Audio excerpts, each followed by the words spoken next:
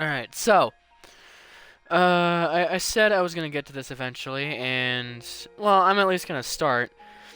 One thing I want to clarify really quickly is right before I started streaming, I decided to see if New Game Plus would still save my stats from the Final Horizon stuff. It did, and I thought, you know what, that probably won't be very entertaining to watch, because you would just watch every single boss get fucking destroyed, and the first Titan would get annihilated in like 30 seconds.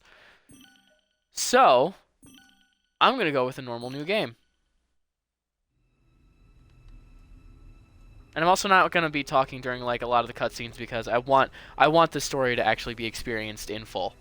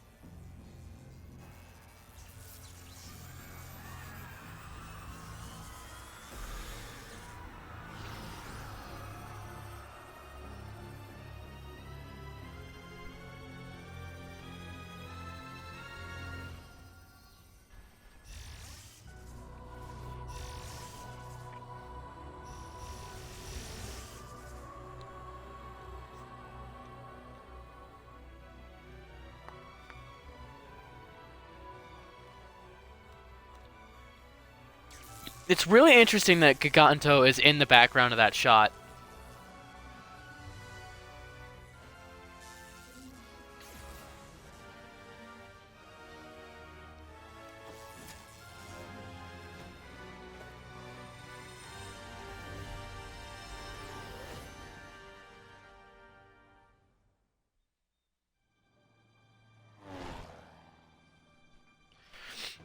One thing that I do want to point out that some people have mentioned is it's quite shocking that this game does not have any sort of opening CG animation.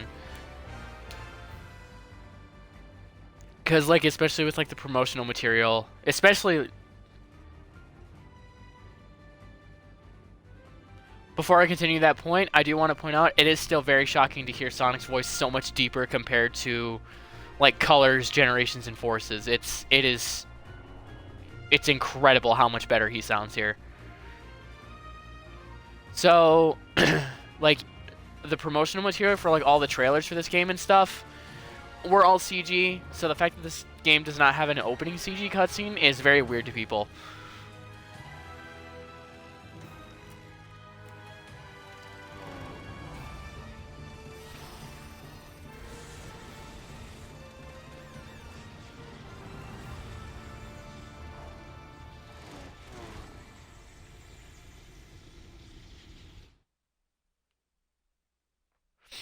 Alright, before we get started, I'm going to turn everything up here, because I want the stream to actually be able to hear it.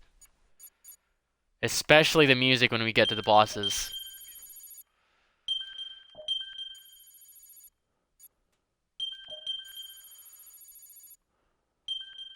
Okay. Let's apply that. And then let me just adjust my stream settings really quickly, make sure that the audio's all good.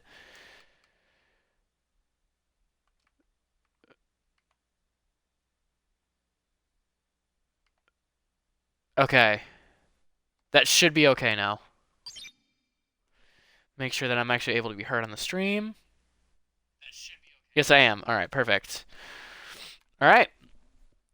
Before I say anything, I'm just gonna let the music kick in for a little bit.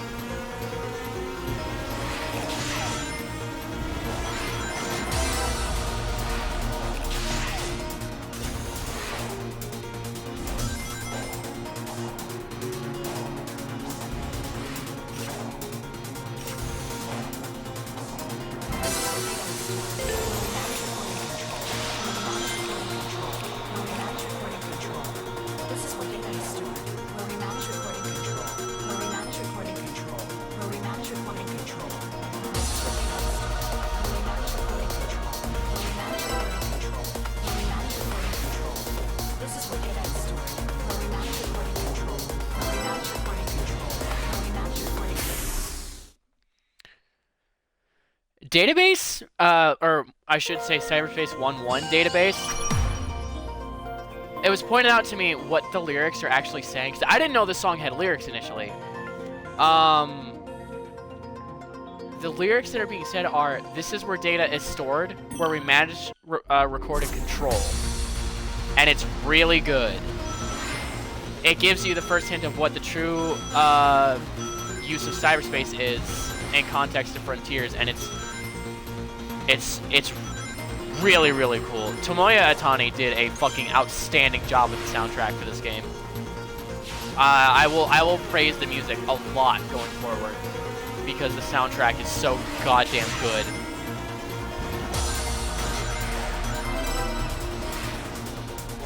Alright, I need 150 rings, and I'm at a little under 100 now.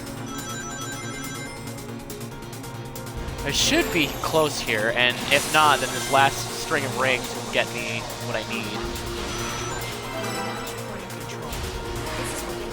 Also, to my knowledge, this cyberspace level, since most of these cyberspace levels are ripped straight out of older Sonic games, if I remember correctly, this cyberspace level was, according to Bickery Box, this is the first level to Unleashed Windmill Isle, which is really interesting.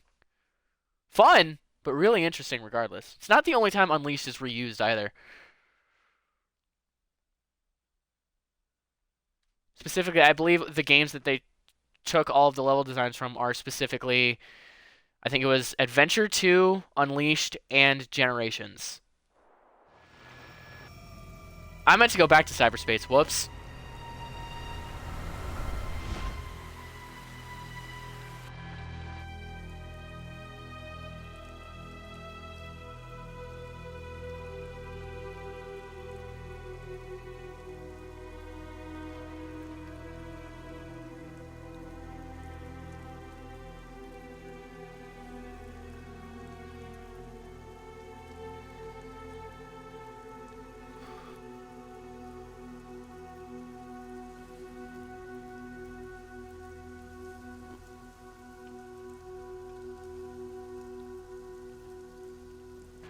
Mortal, you have done the impossible. You have escaped cyberspace through your own power. You are the key.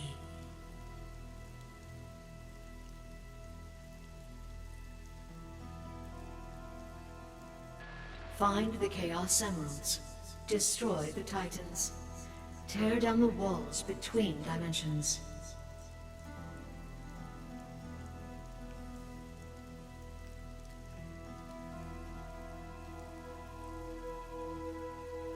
The music in this cutscene really sets the tone for the rest of the game.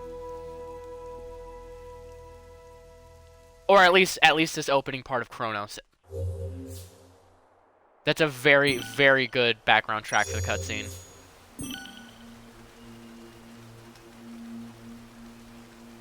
Anyway, now we get our first glimpse at the open zone gameplay for Frontiers. I have my controls tuned after Update 2 came out. So you're gonna see this gameplay be a lot more slippery than normal, like, Day 1 gameplay. Another song I really want to just let you listen to real quick.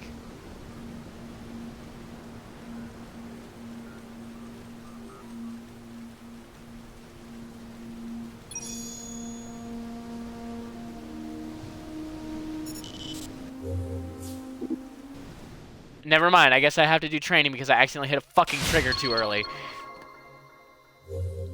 I'm good at video games, I swear. Anyway. The song, the first movement of Chronos, is one of my favorite songs in the game.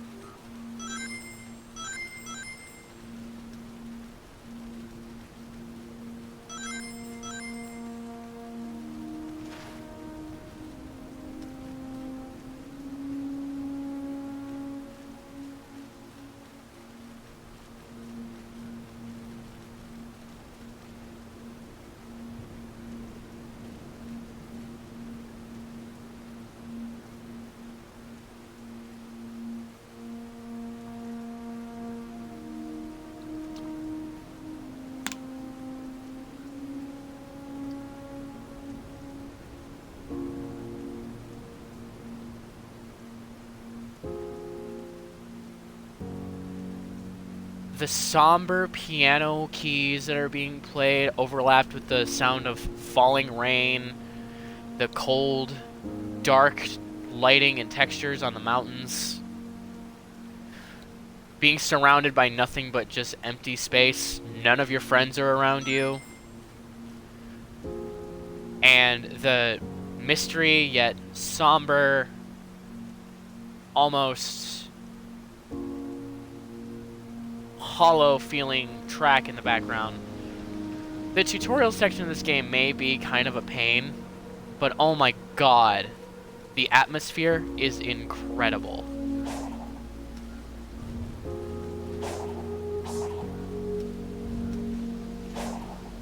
I'm not a super big fan of a lot of the movement tracks just because they just don't have a lot of sustenance to me a lot of the time. But specifically, Chronos' first movement and Chaos Island's sixth movement are probably my favorites. At least until we get to the DLC. Because when we get to the character movements for Knuckles, Tails, and Amy, those are also excellent pieces of music.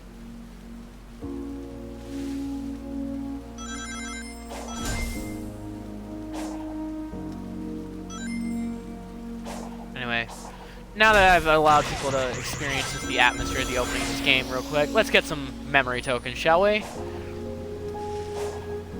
The memory tokens in this game are the collectibles that you use to unlock cutscenes as well as story progression going forward, because these things are related to actually progressing the story with characters. So for example, the very first Amy cutscene that we're going to see, we have to get some memory tokens to unlock it, and going forward, you know, yada yada yada, it's that same shit.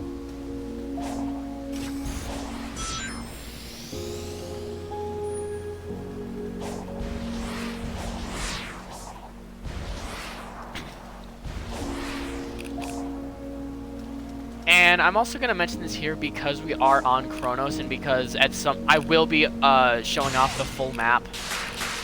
I'll be doing all of the memory challenges and stuff for each island. At least for the most part, because DLC Chronos DLC Uranos is a little fucking ridiculous when it comes to those memory challenges. I haven't even done all of them in my spare time. They're actually that difficult. But, so on the map, when we get it all fully mapped out, you'll notice that there's a large chunk of Chronos that you actually cannot access.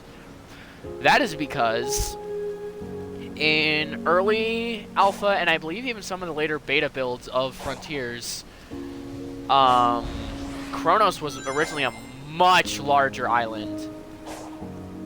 Specifically, Chronos, as we know it, is one third of what the original vision for Chronos was, because Chronos originally was going to be this island along with Rhea and Uranos. If you watch like the old like reveal gameplay trailers and stuff, you can tell that it is still pre-release Chronos, because there's a bunch of shots of things like the Pyramid Temple on Uranos and the flower fields from Uranos, as well as the forests on Rhea. And those are not something that you see on Chronos. And you were only seeing Chronos in those first trailers. We didn't know what Chaos or Ares Island would look like until very close to the game's release, to my knowledge. With like the gameplay trailers, like the final gameplay trailers and stuff that came out. And even if you look in the files, there is still remnants left over of what was originally supposed to be Chronos. It is really fascinating. And it's not the only tidbit of, like, information and stuff that I've discovered and learned that is interesting for me to hear or talk about. But for now, let's go fight a boss, shall we?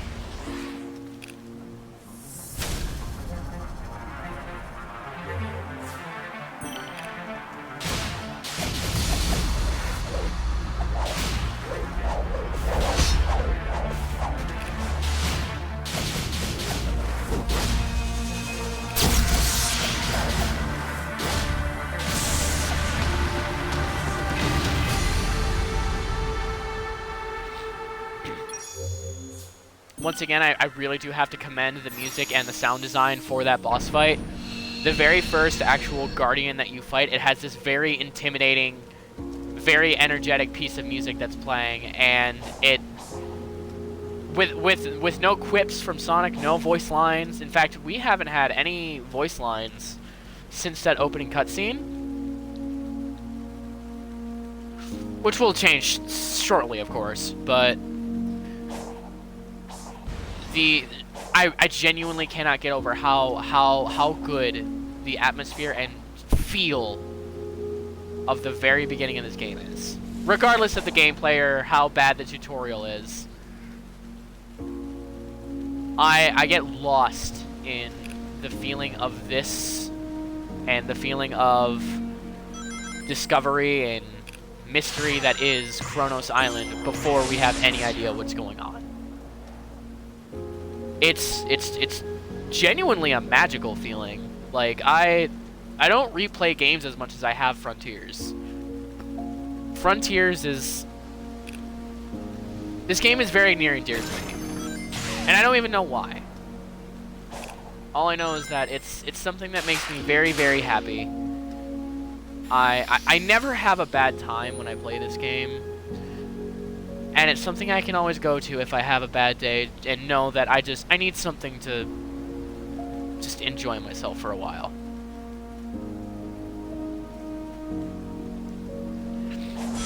I will take this moment as well to talk about the writing and stuff, because the big thing that everyone really commends this game for when it comes to that is the fact that they brought Ian Flynn from Archie Sonic and IDW Sonic on to write the story and write the script as well.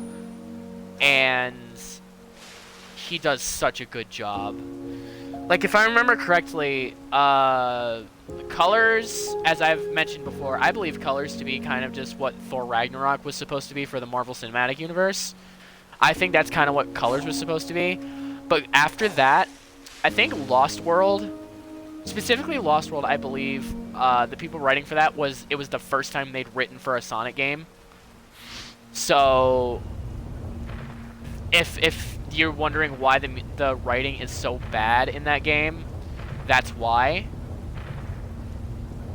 Same issue with Forces, I believe. I believe the same people who wrote for Lost World came back for Forces. But it's even more frustrating in Forces' case because of how serious the story for Forces was supposed to be.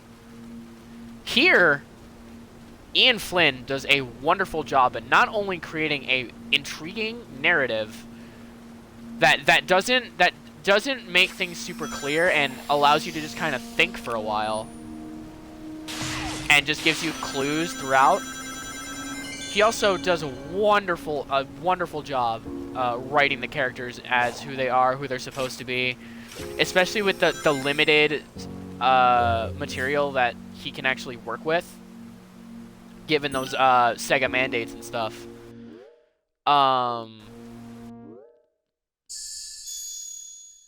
Considering that, and considering what he was able to accomplish in this game, it is amazing.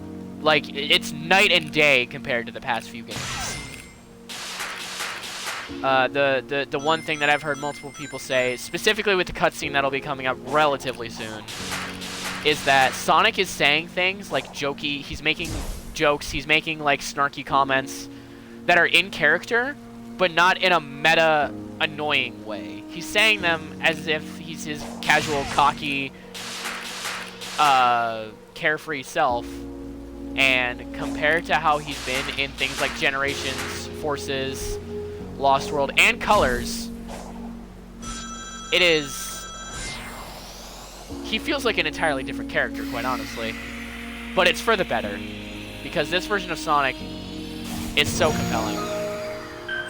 And his drive to save his friends and the journey that he embarks on, especially towards the end, it's... Is it amazing? No. Is it great?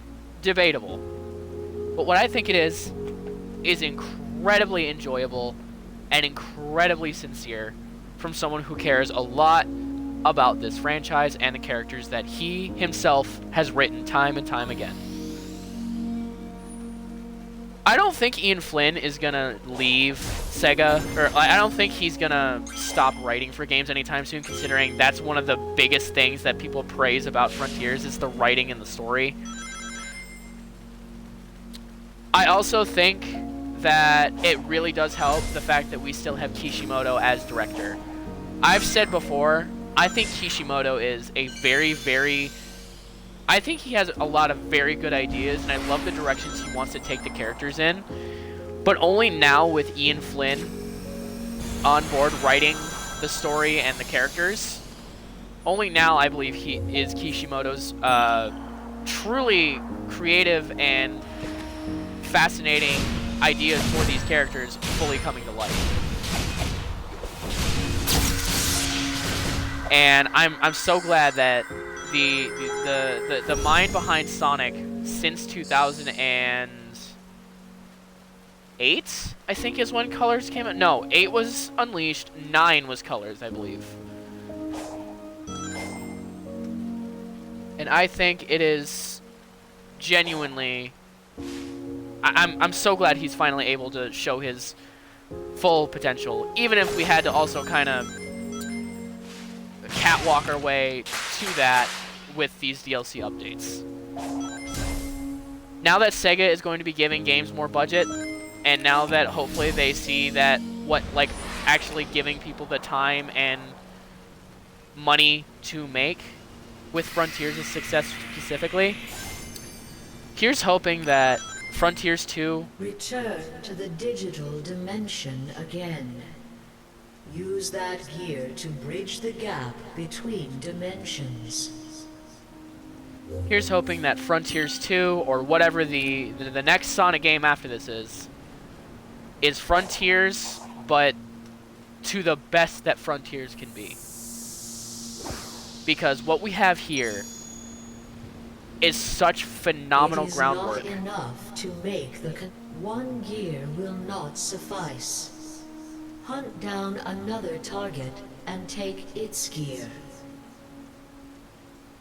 What Frontiers is phenomenal groundwork for the series going forward. And it's good that Kishimoto and Sega have confirmed that what Frontiers is the basis for Sonic going forward.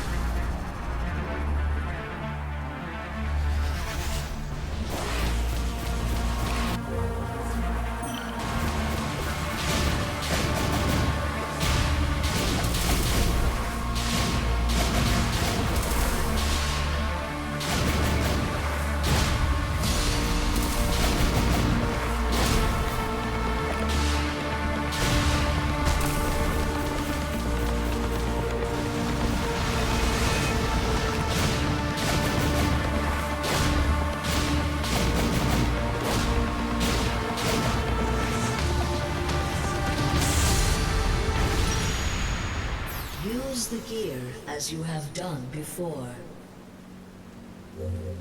Okay. I only went quiet for that boss fight because I just wanted to gather my thoughts really quickly.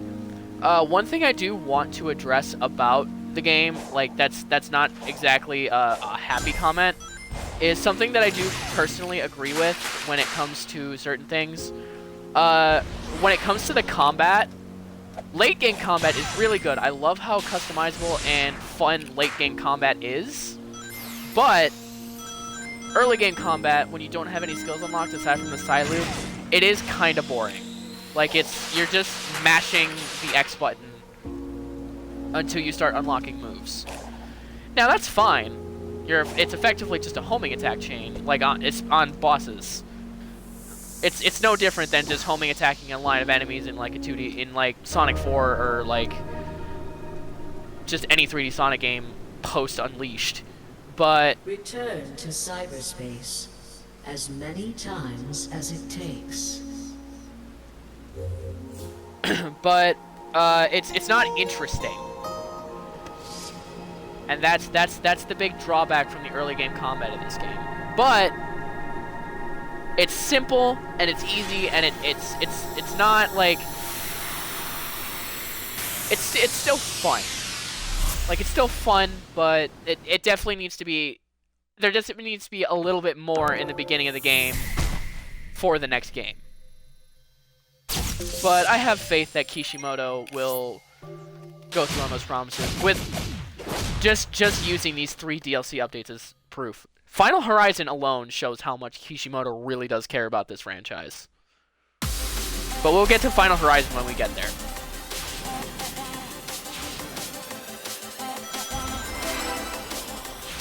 Anyway, here's the hardest stage to S rank in the default game. Not including Extreme Mode, not including the Final Horizon stages. Base game Frontiers, this is the hardest stage to S rank by far.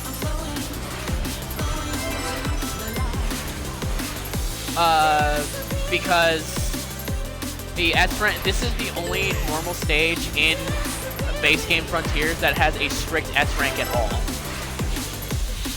And it's pretty funny because it's the second goddamn stage.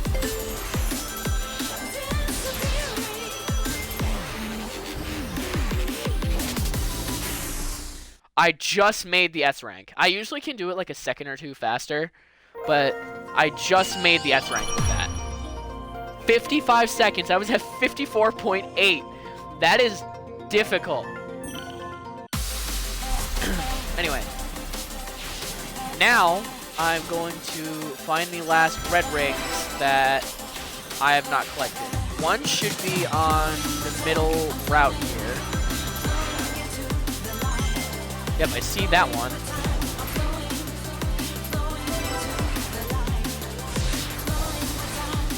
This cyberspace song is also very good.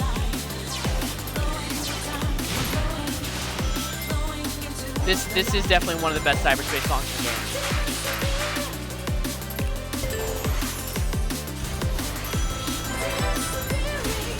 I don't know what my favorite one is personally, simply due to the fact that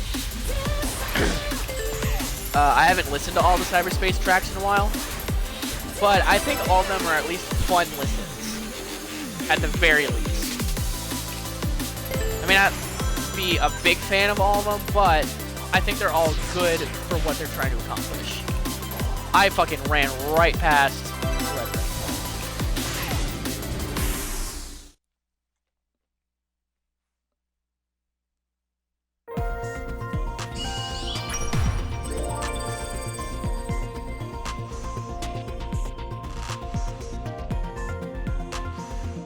One thing I want to also mention really quickly, if you get all of the keys, or if you complete all 4 of those challenges, you will get 3 additional keys at the end of a cyberspace level. And you want to do that, if possible, because it makes getting the Chaos Emeralds go by much faster.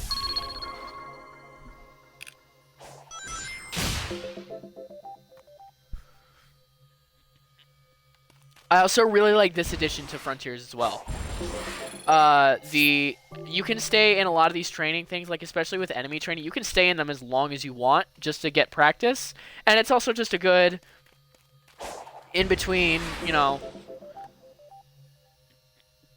just something small. It's a small change, but it's something that I'm glad is here. Because it also helps you get used to new like combat moves and stuff.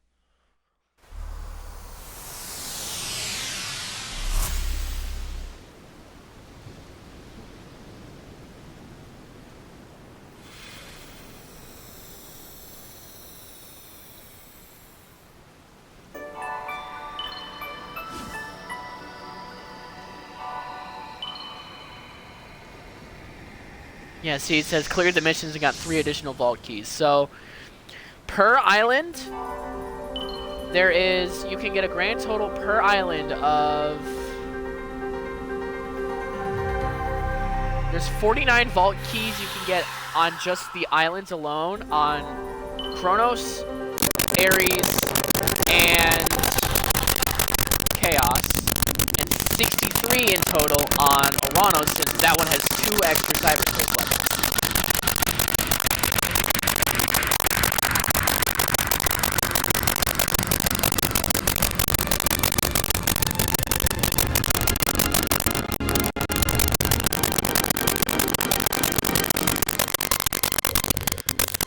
Another thing I really want to compliment about the game really quickly is with the architecture that we see around the islands.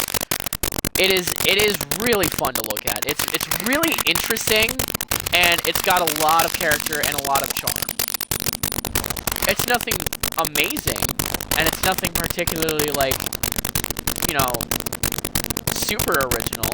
But what it is it's still really cool looking. I love the data transfer effect that's going across the Ancients' technology, like all of their architecture and stuff. It just, mwah, it's a wonderful touch. It is a wonderful, wonderful touch. Not to mention, it's something, like, you know, for being called the Ancients, it is such a good blend of ancient, like, Mayan, Roman architecture with futuristic technology like the cyberspace and data transfers and stuff. It's such a wonderful blend, and it works so well. Not to mention the colors that they chose to represent cyberspace, both corrupted and freed, is very good. I'm a big color guy, and I love the art direction. Sure, when we start getting to things like the floating rail dilemma, whatever, sure, it needs to be improved, but I just see the floating rails as, for what they are, they're literally just to get you the memory tokens, and they're meant to just be short, fun challenges you can blast through easily and get a lot of stuff done. Because of one very particular thing, which I will mention after we get through this last cutscene here.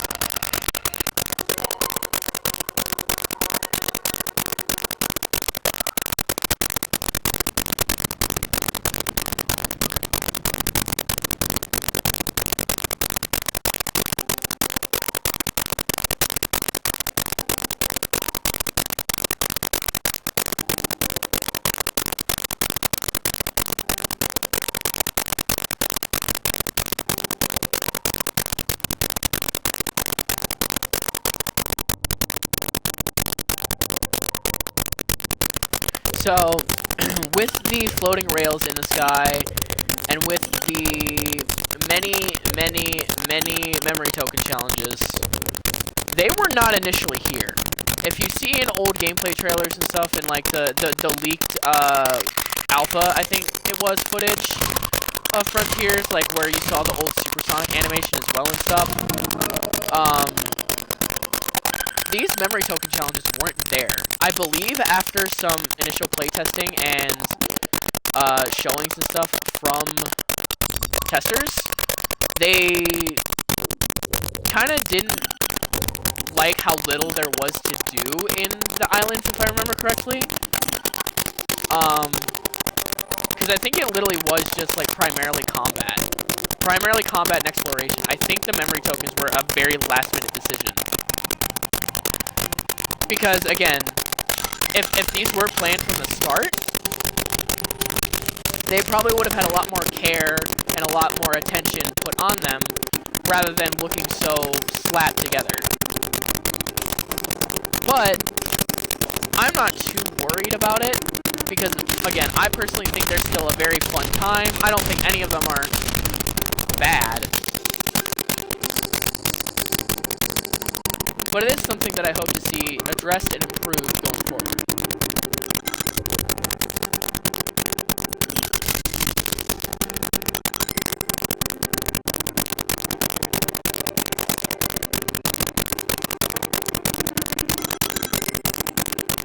Alright. Third boss time. Let's go. One other thing that I also want to mention that I also do really love is, and I know that this is like a small thing, and it's surprising that I can even compliment this about a video game, let alone a Sonic game, but I love the fact that every island, at least the ones that have bosses, have unique bosses to those islands. It makes the experience so much more interesting and fun to see what kind of challenge they have cooked up for you next. The only bosses that get repeated are, if I remember correctly, it's Ninja and Tower. And even then, they don't get repeated, they get remixed to do different things, which is also really fun.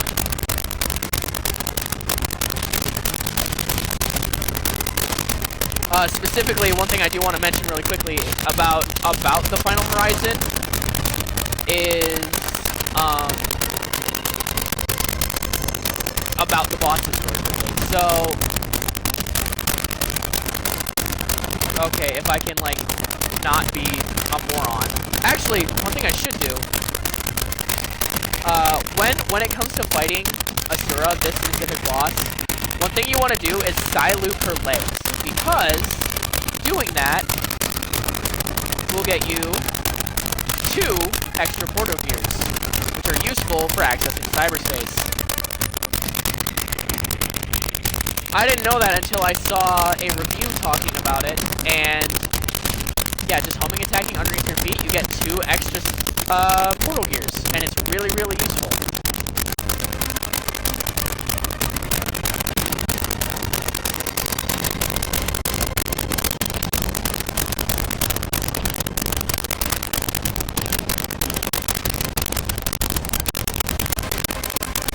I normally don't have this much trouble with Asura, but this time I was just playing like a moron.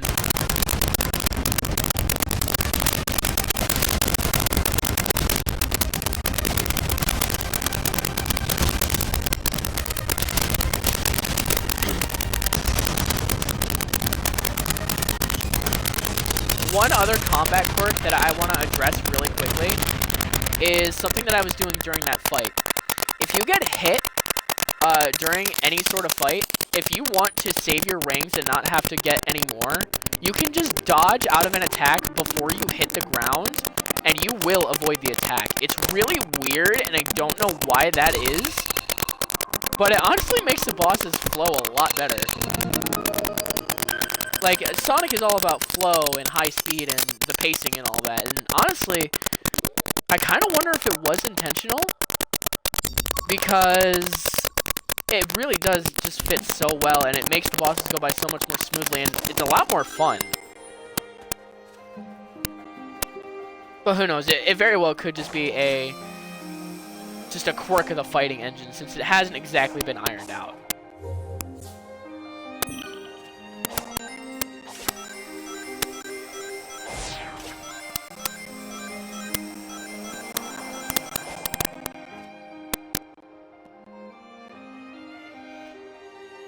That's something else I really love that Ian Flynn did for this game, is that Sonic at multiple points, just while you're walking around the island, he will just comment on things. It's small, but it adds so much to the experience. Plus, I mean, Roger Craig Smith is seriously a very good voice actor for Sonic. He's a good voice actor regardless, but he is my favorite Sonic voice. He always has been.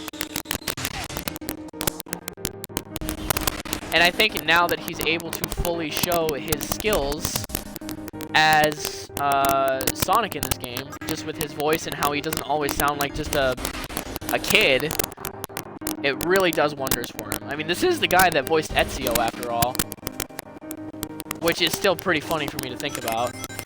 Because during one of the Sonic Twitter takeovers, I mean, you had Ezio somehow show up during one of it, and it was literally just Roger Craig Smith talking to himself. It was really funny.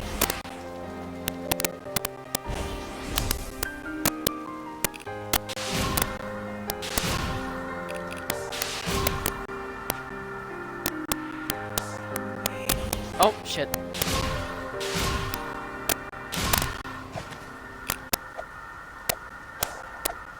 Fucking... Oh, okay. Hold on.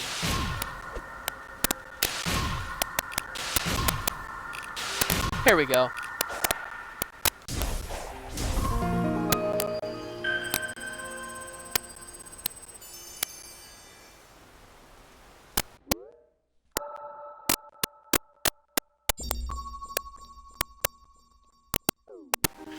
One other thing that I want to mention really quickly is something that I've already almost done twice. Ever since it was first introduced in Mania, I believe this has returned in some form in every major Sonic game release ever since, and that is the drop dash. It works a little bit differently in this game. Instead of I believe it's pressing jump and holding it and then drop dashing, this time, since Sonic has a double jump in this game, you double jump, hit the jump button a third time. So here's a single jump, double jump. So now you hit it a third time and hold it down, Sonic will do the drop dash. And the drop dash is actually really useful. Like, you get a lot of like initial speed from it. And at least until you do all of the action chain command challenges and unlock the spin dash, it's one of the best methods of getting around. Plus, the drop dash is just really fun. Yeah, I don't think it's as intuitive as it is in like Mania or Forces or even Superstars. I think if Superstars still has it, but it's a lot of fun. And I'm glad that the drop dash is a mechanic that is... Oh, sorry about that. I'm glad that the drop dash is a mechanic that seems to be here to stay. That doesn't make it any less funny, though, that when... I think it was 4 years ago by now, the one massive Sonic 3 beta leak happened, where it was like it was a build that had happened before Sonic the Hedgehog 3 and Knuckles came out. And in the files of that build, there was a move that was very, very similar to the drop dash. When I heard about that, it was really interesting, especially since apparently T-Lopes had been, or Christian Whitehead, I believe, had been asked about it, and he said that it was just by coincidence. So even all the way back in the 90s, that was an idea, and it's so cool to think about. Sonic really has come a long way in that kind of thing, and it's really cool.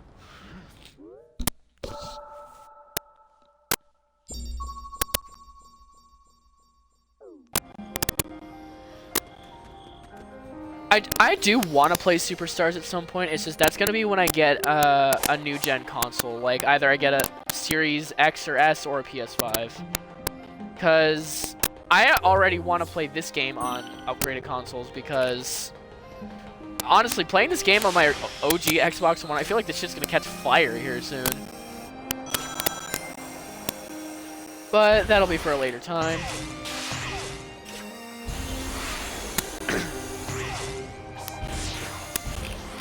Oh shit.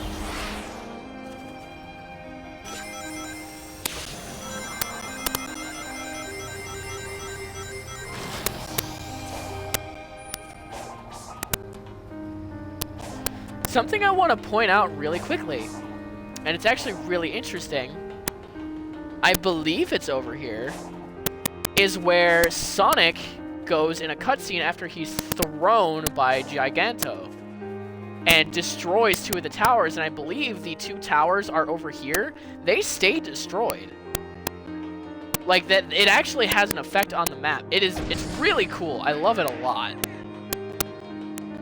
And I'm so glad that that little attention to detail was added. It really does do a lot for this game.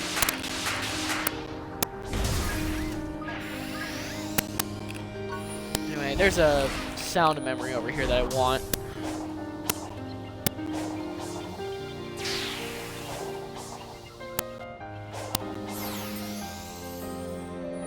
Oh, I want to explain the sound memories really quickly. So, across all 5 islands, there are music notes scattered about all of the islands. Collecting them adds each sound memory you collect unlocks a new song for you to play.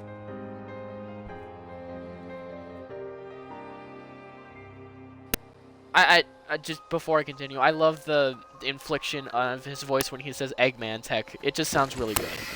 I'm gonna praise the, like I said, I'm gonna praise the writing in this game a lot. Anyway, Um, each of the orange music note sound memories you collect adds a new song to the jukebox that you can play at any time. So if you hold open the menu here, there's a list of songs that you can choose from to start. And for example, Windmill Isle here from Sonic Unleashed is an unlockable song, as well as Planet Wisp, and the second Kronos Island movement, which is what you're hearing right now. You can play these at any time that you want. You can shuffle them. You can do whatever you want. And it's a really nice addition. I'm so glad that it's one of the things that Kishimoto was able to implement.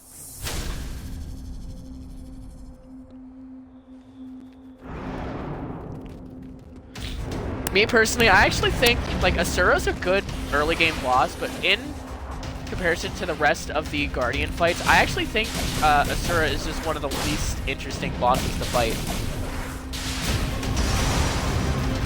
Like, even as early as the second island, I think we get way more interesting Guardians to fight, just with things like Strider and Tank and Sumo.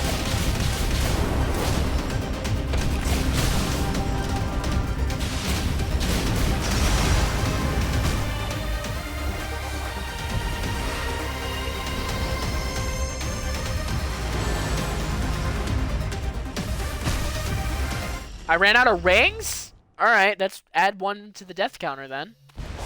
How did I run out of rings? I was at max at one point. What the fuck? Anyway.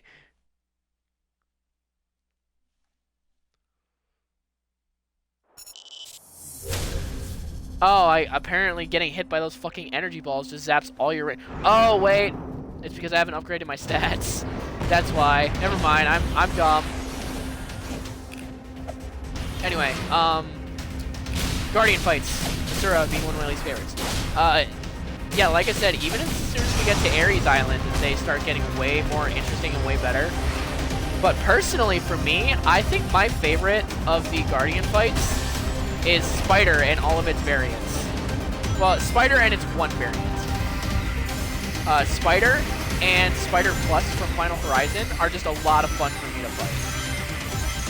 They're some of the most interactive of the Guardian fights, and they're just so enjoyable. You'll see what the spider fight looks like at some point. That's not right now, but they are really fun. And Spider Plus is a special treat.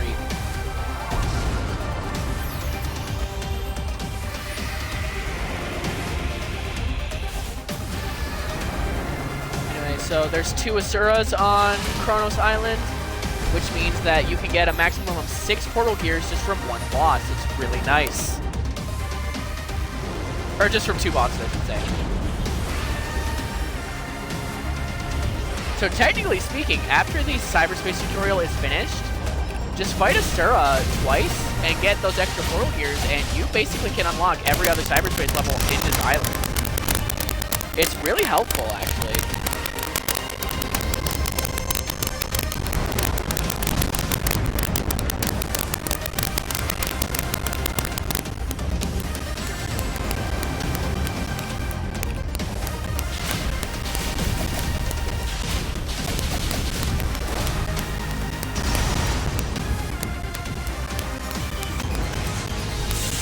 Yeah, so, one other thing about the dodging, canceling out the damage that you take.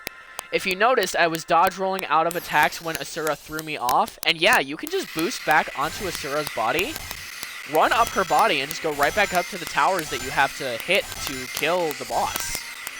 Again, part of me wonders if that was an intentional thing left in by Kishimoto just to keep the flow high. Because it's really fun.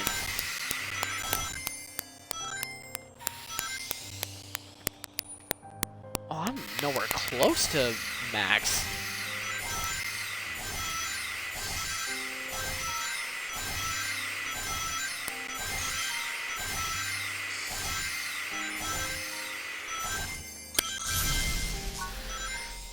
Okay. We opened the skill tree earlier to unlock the side loop. Let me just do that really quickly. That's the map button. Because now we can unlock another move. We can unlock the Phantom Rush. And this is a really fun move. This is a passive thing that you get while you're fighting, but The more that you attack something, you'll see that this 1 meter on the side goes up. When this gets fully maxed, multiple versions of Sonic start attacking the enemy at one time and do a lot more damage as long as the meter stays full. Until that runs out, you will keep in the state of Phantom Rush. It's a lot of fun. I think it might honestly be a little bit similar to Flurry Rushes from Breath of the Wild. Not exactly the same, but similar in principle. And it's really fun.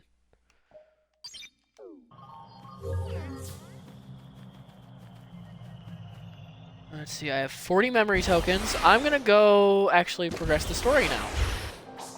Never mind, no I'm not. There's a map challenge up here.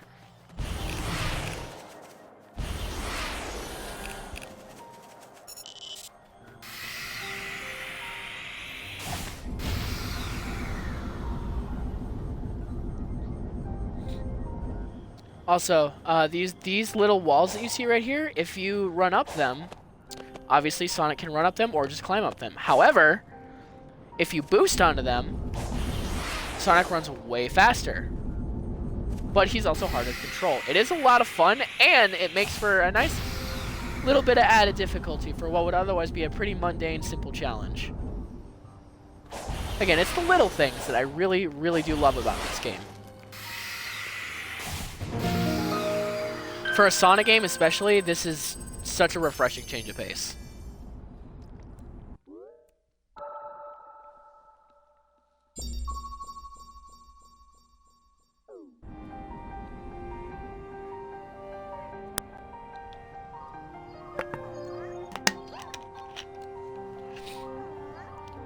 I think it was in a tutorial pop-up at some point, but I'm also going to point this out now. When you complete these map challenges, you get these red and blue seeds. These will increase Sonic's power and defense stats, respectively, at, I believe it's the Hermit Cocoa.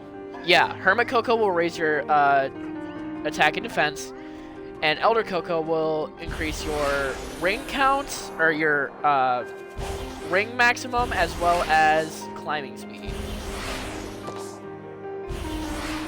Alright, are we ready to talk to Amy?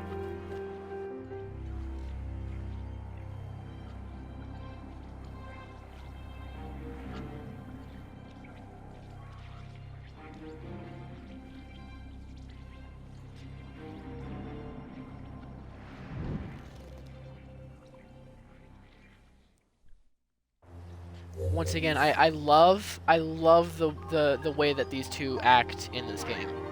Sonic and Amy are really good, so are Knuckles and Tails. But that first cutscene just it's such a good character moment for Sonic, as well as the voice acting for Amy as well is really, really good.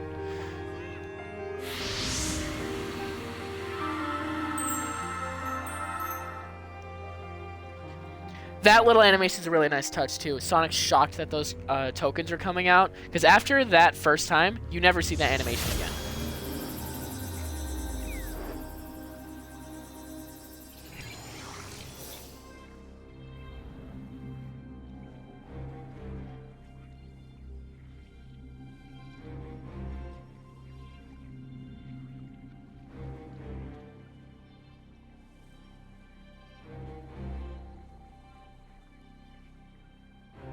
Ha! That's funny.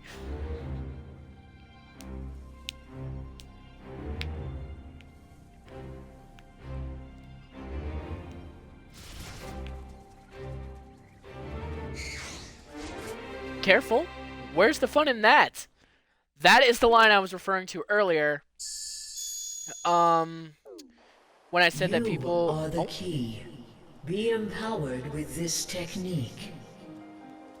That was the line I was referencing earlier when it came to Sonic saying something snarky, but it was in character, not meta. That is much more in line with Sonic as a character and something he would say rather than just making jokes about past games he's been in. Or puns. Like the infamous, "It's been generations since I've seen you in Forces." That is still one of the worst fucking lines ever written in a Sonic game.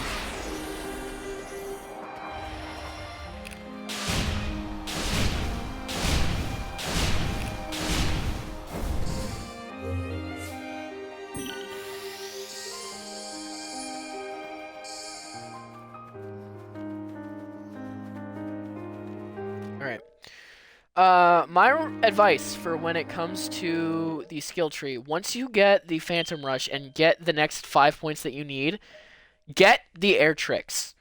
I say this because it will make getting skill points and stuff much easier for you going forward.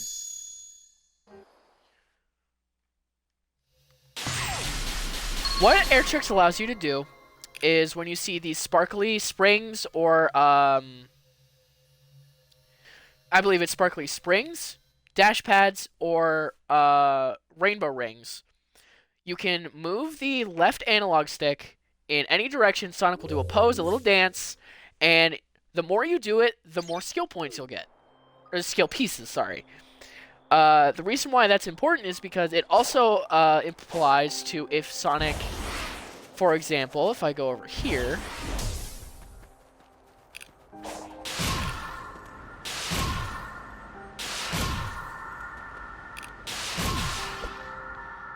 if Sonic, for example, is on a flat surface and boosts off like so, you can do it in the air like that.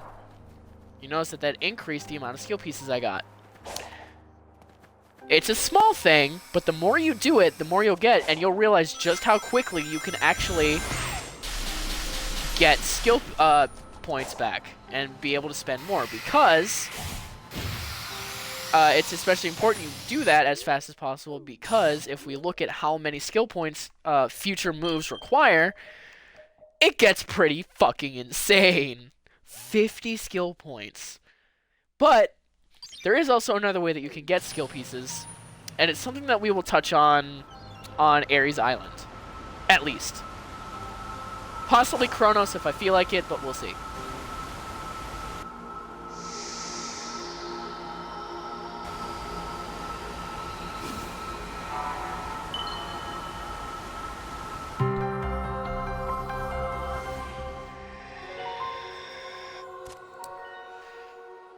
This is reminding me that I actually have to go back to the first cyberspace level.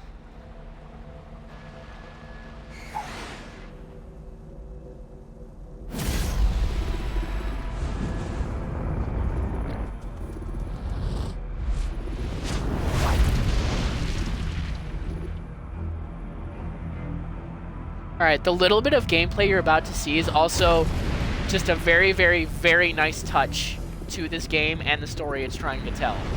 And you'll see what I mean once we get to it.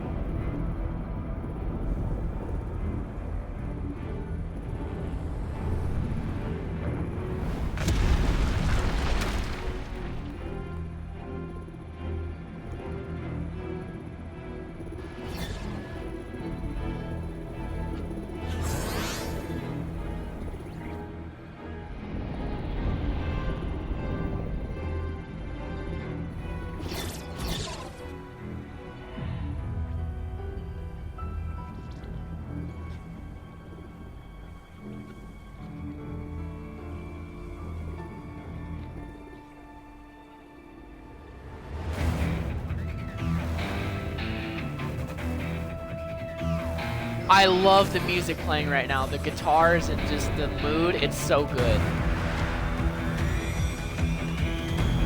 Alright, are you cool? Are you ready for an actually pretty neat gameplay experience?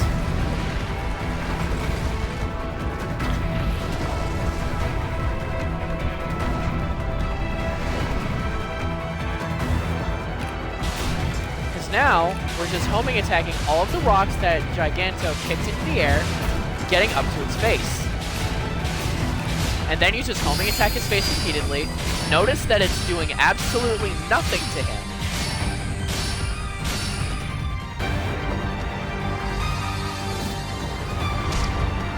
And then this happens.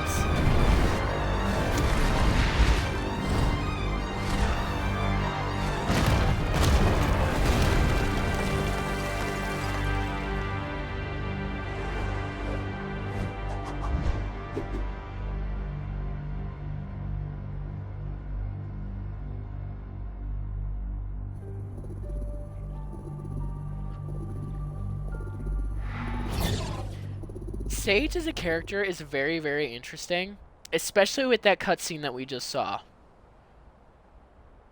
I'll explain in a minute.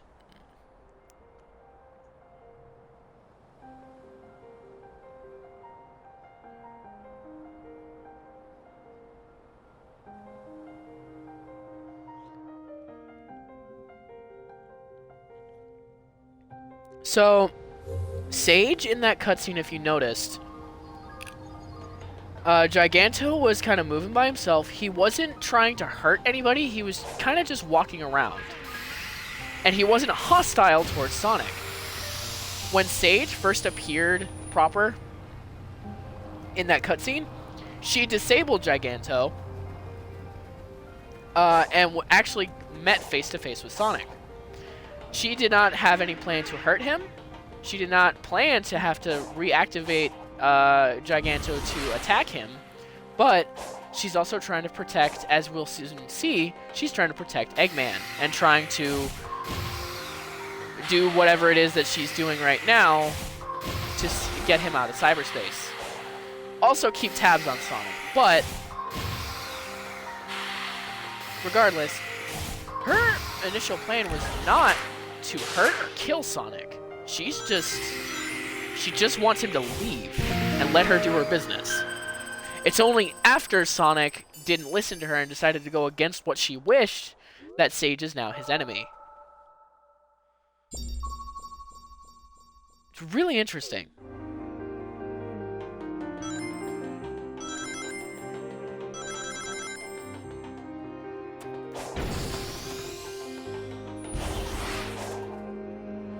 And we'll soon start to see more of Sage's character, especially with the more memory tokens and stuff that we collect.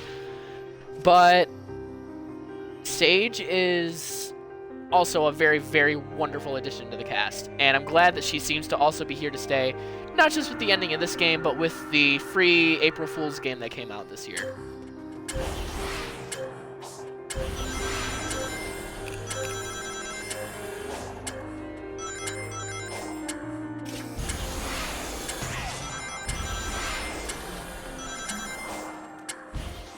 Oh shit. Oh fuck. Oh shit, I've fallen all the way down. Oh god, I'm just like Shadow. Oh shit, I'm doing absolutely nothing to help myself right now. Okay. Let's not just fucking plummet off the earth this time. Thank you.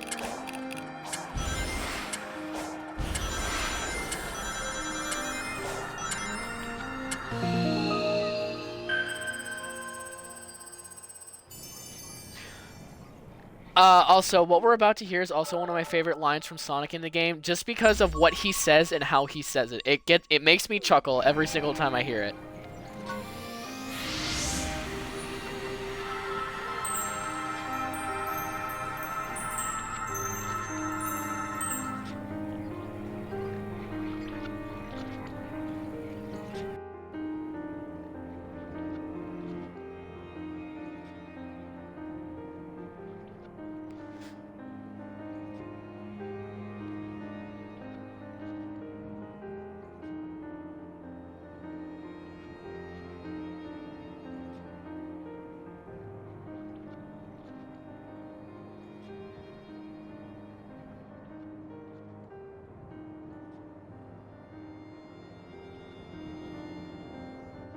That first line from Sonic, it's just it's funny in a really dumb way, but also just I love Roger Craig Smith's delivery in that line. It's a lot of fun.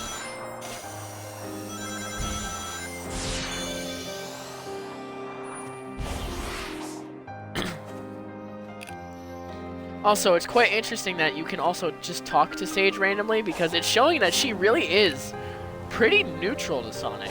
She won't give him any information to help guide his way, of course, but at least aside from the few Titan encounters that we have with her, she's also not really trying to aggravate anything. She's not trying to make it harder on him. She's just kind of overseeing, and it's really, really cool. It just, again, it's one of those things that really adds to the really good feel of the story and the game as a whole. I cannot say how thankful I am for a game like this after all the stuff that we have had. And I'm someone who liked Sonic Forces when it first came out. I actually, if I'm going to be honest, when I was younger, when those games first came out, I preferred Forces over Mario Odyssey. Now, while my opinions have changed, and I think Odyssey is, well, I obviously know Odyssey is the better game, I still, personally, I do not like Super Mario Odyssey. That's something I will discuss at a later time, but I do not like Super Mario Odyssey. I think Odyssey is a fucking terrible game. A lot of my problems with Super Mario Odyssey actually stem from Cappy being way too powerful. Like, being able to capture literally anything, use Cappy as effectively 2 extra platforms, being able to break the game literally into pieces just with the throw of 1 fucking hat. I think Cappy makes Odyssey way too easy. Even easier than it should be for its target demographic. And it is very much, in my opinion, to Odyssey's detriment. Friends of mine already know how much I dislike that game, but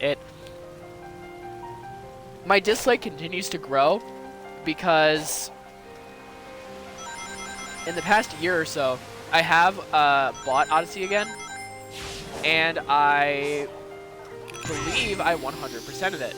I know I've 100%ed it before. I believe I did it a second time, and I only liked the game less. Once again, that's a discussion for another time because there's a lot I can say about Odyssey, and I don't need to go on a fucking 2-hour tangent about Sonic's fucking arch nemesis, but let's just say that Mario Wonder coming out is it makes me hope for a lot more when it comes to the next 3D Mario game. Something a lot more balanced, but still as fun as it could be with Cappy. Shit. God damn it, I fucked that jump up.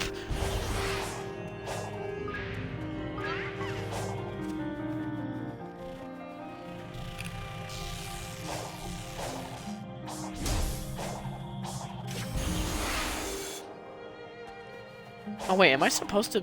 Hold on. Video game, please.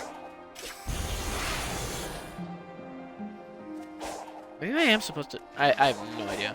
Oh, yep, no, that is the way I'm supposed to go because there's a fucking spring pointing me in that direction.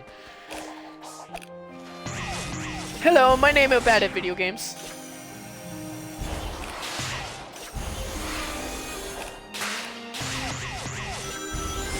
One other thing I want to point out about how these grind rail memory token challenges were probably very much done very late into development. If you'll notice in any of the cutscenes that happen while you're on the island, because all the cutscenes are rendered in-game, you do not see any of the memory token challenges. Now, while you can chalk that up to things like, oh, they just had to be rendered out because it would make the cinematics look way more cluttered and messy, which is understandable. At the same time, like, you can tell, like, what the kind of whole goal was with the art direction with this game before and after the memory token challenge were added, because everything's a lot more open and a lot more mysterious and quiet, all things considered, when you just look at stuff like this. But then you turn around and you see all of the floating geometry, it makes you wonder what they were doing. It doesn't look planned, it doesn't look thought out, and it doesn't look put together with any, like, cohesive idea.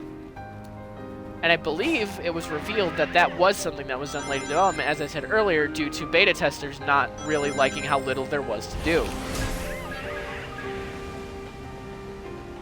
Also, Chronos was split into 3 parts as a result of also said beta testers.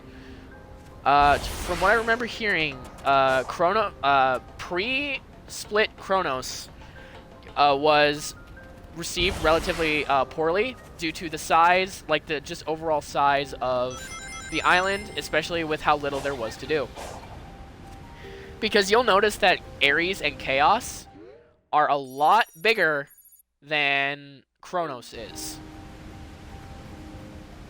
And I think that while it was a relatively bad execution, I appreciate the fact that Kishimoto went back and tried to make the core gameplay experience, especially in the beginning, a lot more easy to digest for fans and new players alike.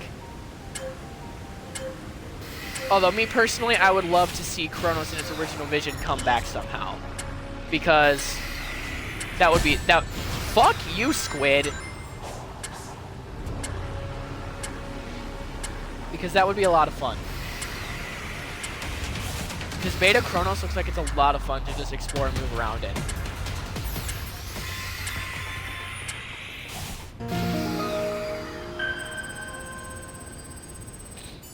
One thing that I also want to say really quickly, not only do you get the extra additions to your map, not only do you get the Seeds of Power and Defense from doing these memory challenges, or these puzzles, if you complete all of them on an island, you unlock fast travel to every single portal on the map. And while, you know, that kind of defeats the purpose of running around at the speed of sound as Sonic the Hedgehog, if you're doing things like going for 100% completion and getting all the memory tokens and stuff, it is a godsend. It is so useful.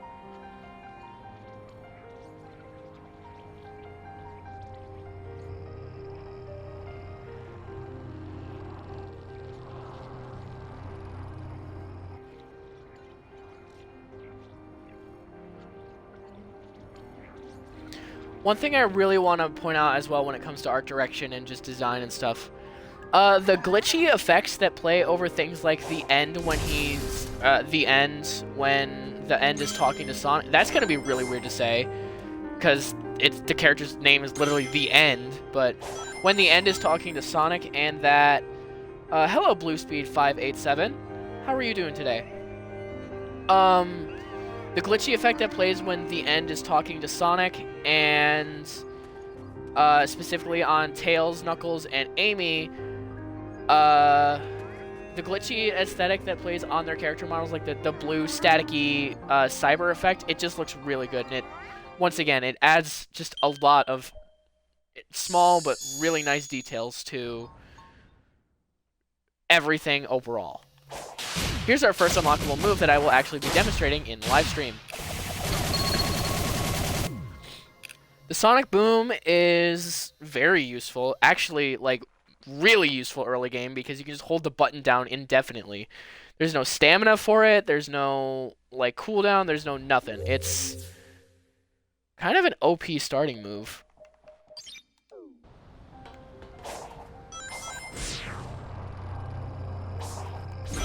What have you been up to today, Mr. Sir in chat?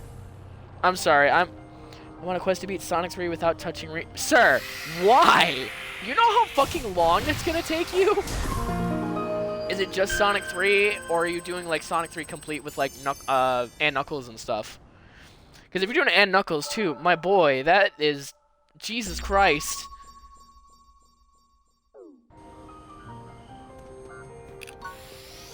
Sonic 1 and 3? Holy shit! Well, Sonic 1 I guess I can kind of see happening, especially since, I know that for a fact, I believe it's Scrap Brain Zone Act 3 has no rings, similar to Death Egg Zone in Sonic 2.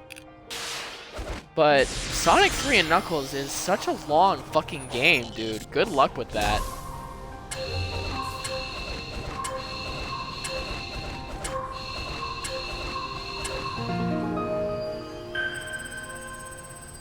Now it's simple. Are you gonna do the Game Champ 3000 thing where you're gonna try and beat a Sonic game without pressing fucking right? Because he was able to complete a Knuckles run of Sonic 3 without pressing right a single time, and only had to press left on his controller like 4 times. It was insane.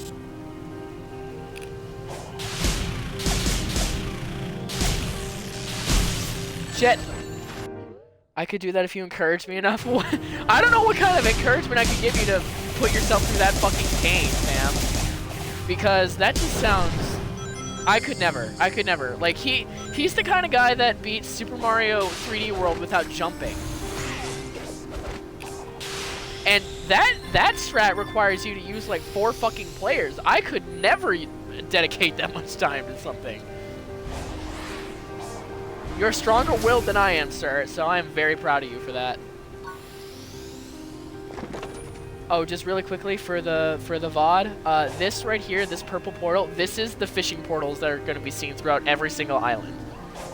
I point that out because there's going to be a very, very fun character that we're going to meet here once I actually get enough coins to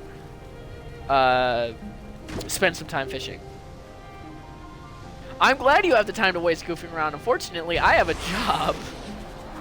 And I need to, like, be an adult. And I haven't been doing that a whole lot lately. So, whoops. Oh, God. God fucking fuck my ass.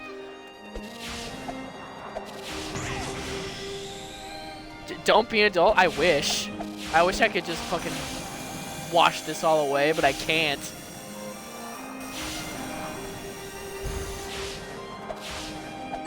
Oh, motherfucking goddamn it! No, please! Oh, that would have been so bad. Oh, fuck. Oh, Jesus Christ. Give me 1 second. I gotta get water or something. That just completely fucked my throat.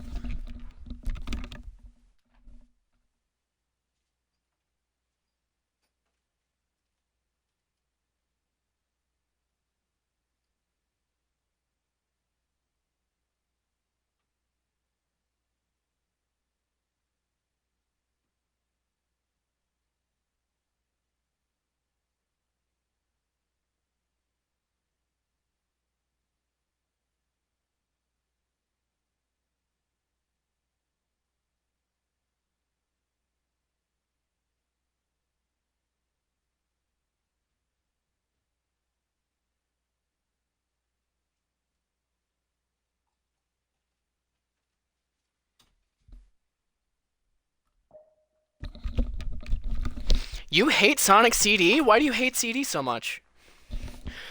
I mean, I can kind of understand, to an extent. I'm just curious why you hate it so much. Is it the time travel, like, just having to progress through the game, or is it something else?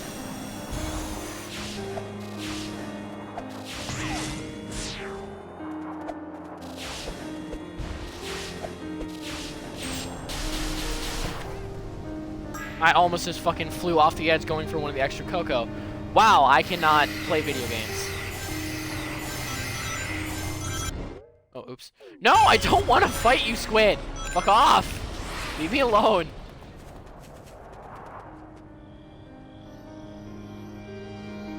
I do kind of agree with that. The level design in CD is...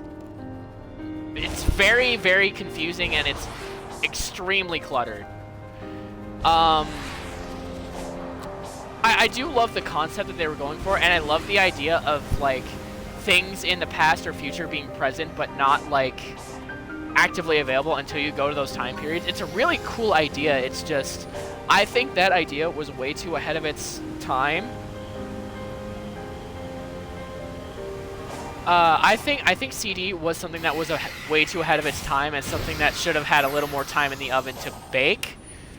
Because I think if that were to come out, like, today with a little bit more polish, I think a game like CD really could shine. Again, just with better level design and more polished, like, gimmicks and stuff. But what I will say is the special stages in that game fucking suck. I hate going for the time stones. The time stones are ass. You don't even get a super transformation in that game. It makes me fucking mad.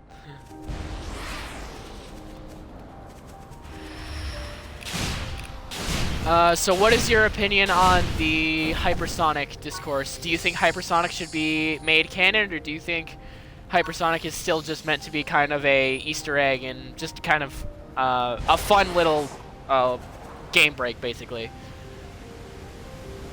I think hypersonic would be really cool in canon, but I don't know what they could do with hypersonic that would make it any more interesting than supersonic. Or hell, even the new form of Sonic we get in the Final Horizon.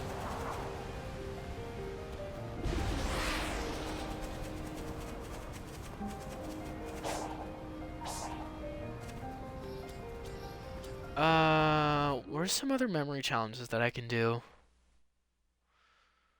There's one over here. So I'm gonna head to that. What if they make enemies blow up by a single touch? Are you talking in this game or in CD? I just want to make sure what you're talking about so I know how to respond.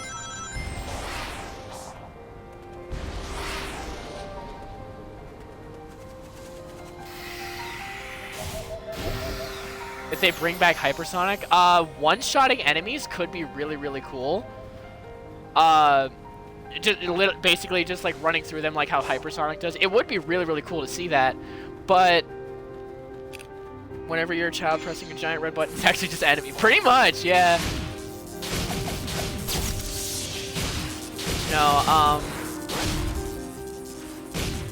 I don't know. Me personally, I don't know what they could potentially do with hypersonic from like just a narrative standpoint.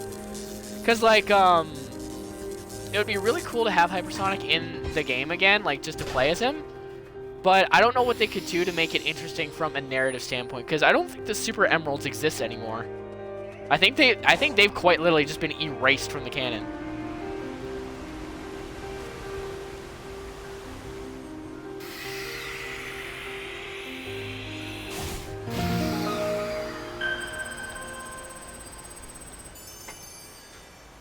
Because the Super Emeralds, I think, were literally only added to give you Supersonic in Sonic and Knuckles, wasn't it? Since you couldn't get the Chaos Emeralds the normal way in Sonic and Knuckles, so you would need to access the Super Emeralds to get Supersonic.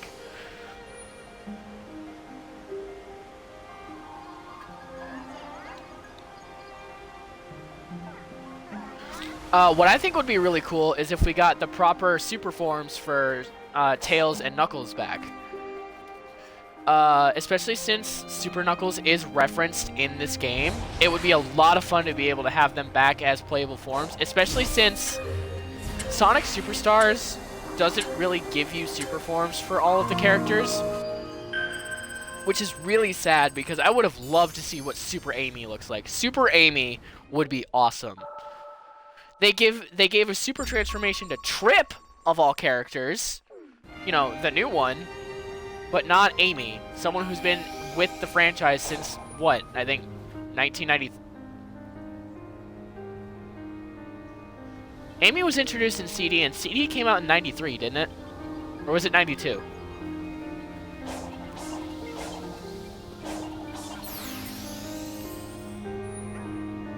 What does Super Amy look like? I don't think I ever seen it, because I've never really gotten a chance to play Origins. Because I've only heard kind of meh things about Origins, and I didn't know if it was actually worth the time.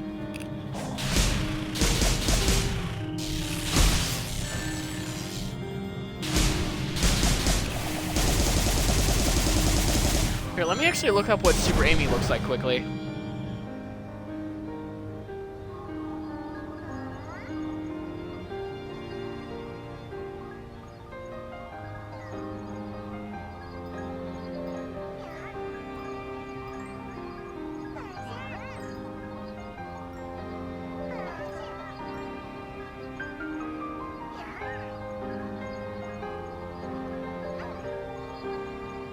Oh, it's Hyper Amy?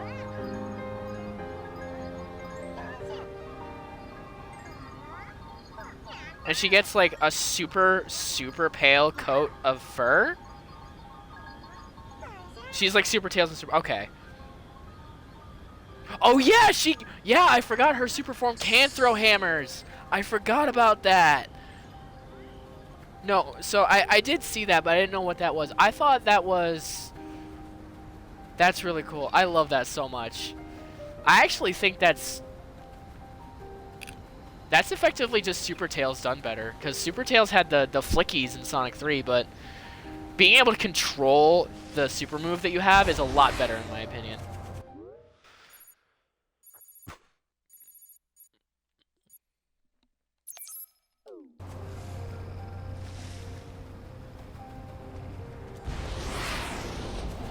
Oh. Fucking... Let me get the prompt, video game.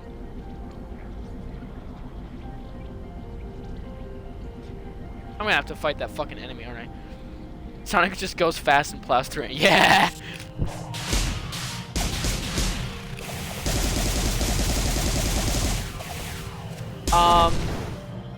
One thing I do like about specifically the Final Horizon is the fact that, like, while it's technically not canon, it gave us the closest thing we will ever get to Dark Supersonic. Because Dark Supersonic is something that I think could be really, really cool if it was in a game. Unfortunately, the Sega Sonic mandates are just never going to allow that again. And it really, really sucks.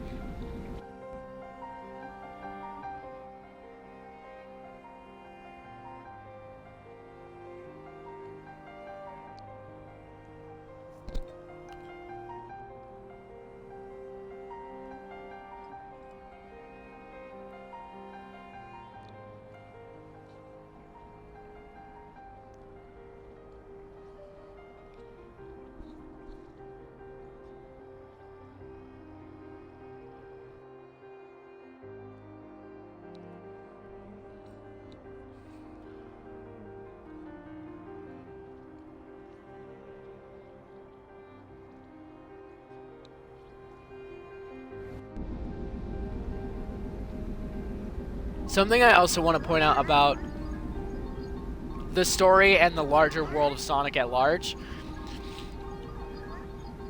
One thing that I've heard pointed out about the story, specifically in relation to the Chaos Emeralds, is if the Ancients were responsible for the Chaos Emeralds, how did the events of Unleashed happen? Because one thing that I've heard was someone say was, it's implied in Sonic Unleashed that the Chaos Emeralds are basically as old as the planet itself because of the whole Dark Gaia, Light Gaia relationship thing. However, a counter-argument to that is, if I remember correctly, isn't it that Dark Gaia just gets released, the planet splits apart, and then Light Gaia is the one to awaken and basically bring it back down and keep it tame until the next cycle begins, if I remember correctly. I could be wrong. It's been a while since I've seen anything about Unleashed's story. But the Chaos Emeralds, I think, were only necessary, like, because of those temples. And those temples could have been something else entirely. Or they discovered the Chaos Emeralds after the Ancients had brought them from their homeworld, and they were used to help harness that Dark Gaia energy for the temples.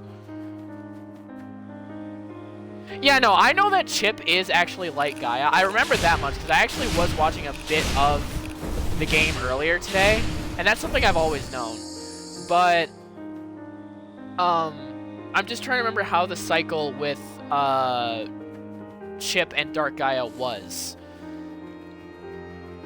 Because technically speaking, it's not really breaking canon, and it's not breaking the rules of the Chaos Emeralds or the world on a larger scale. It could just be the fact that the Chaos Emeralds help harness and contain Dark Gaia longer and keep, I don't know, maybe make the power that Dark Gaia contains more dormant and less destructive.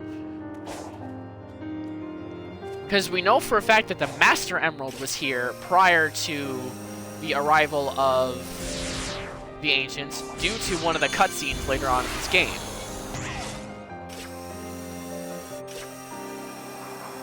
Yeah, I was saying, yeah. Chip just loses his memories, then all of a sudden that he remembers that he is quite literally just a primordial being, which is really funny, because you have, you know, perfect Dark Gaia, this fucking eldritch monster creature with, like, 14 eyes, and then you just have a teddy bear with the power of fucking destruction at his disposal. It's really funny. It's really, really fucking funny. I love Chip. Chip is great.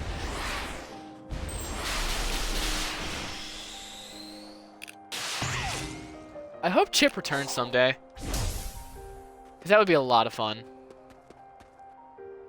Oh shit, yeah, I need to go back and do the first cyber... Wait. Do you think I can make that jump if I were to just boost off? How many rings do I have? I need to get full.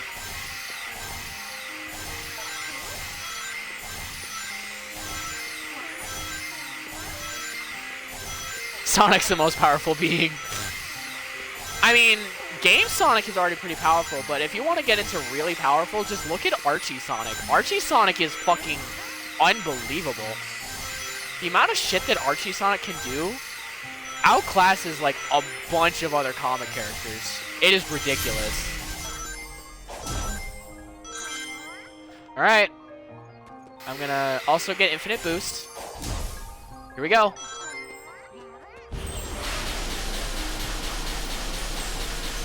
Oh, wait. Wait!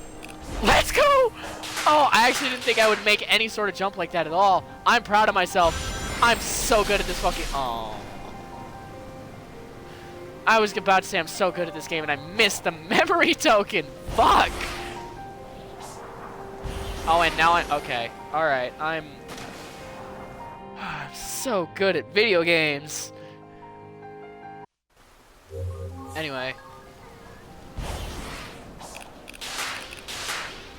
Let me just reset myself really quickly.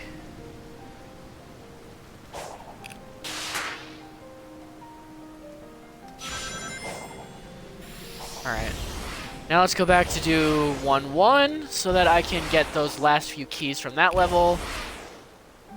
And then there's only a few more keys I need after that to get the last actual emerald from a vault, because then the rest of them are just cutscenes. Or just side missions.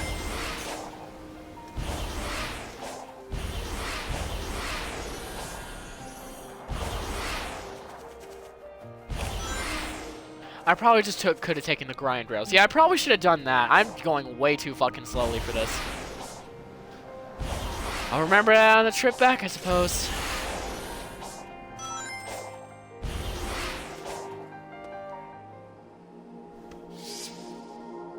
I am getting back to the game that...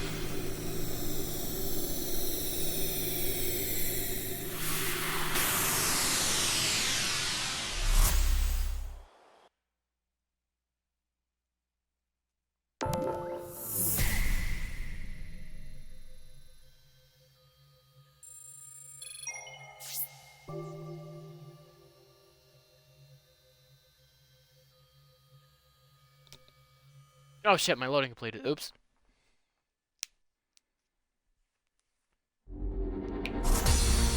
Alright, now I just need to S-rank the stage, which isn't really that hard. This stage is actually really fucking short. Which is good, because I don't want to have to be here much longer. Alright.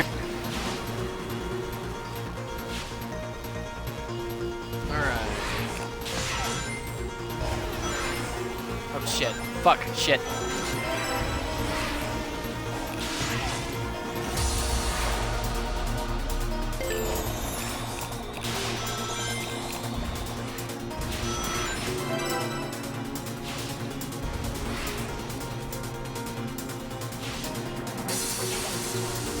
Oh, damn it! Oh, so goddamn close. Alright. I made like 1 or 2 minor mistakes there, but that's at least an easy fix. Alright, let's try that again.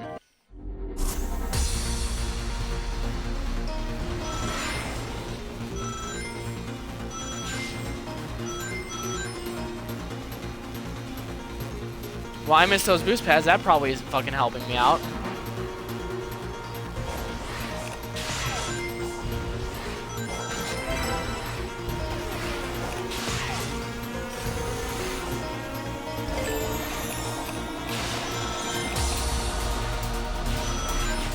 Alright, this is already a much better run.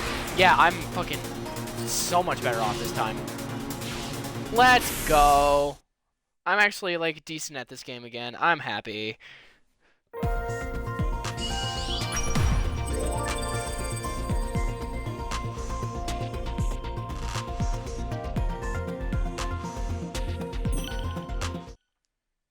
Man, I hope I wasn't being too rude. I wasn't trying to, like, downplay what he was saying about Unleashed. I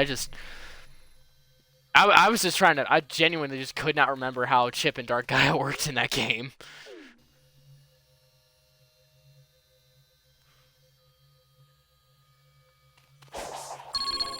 Okay, there we go.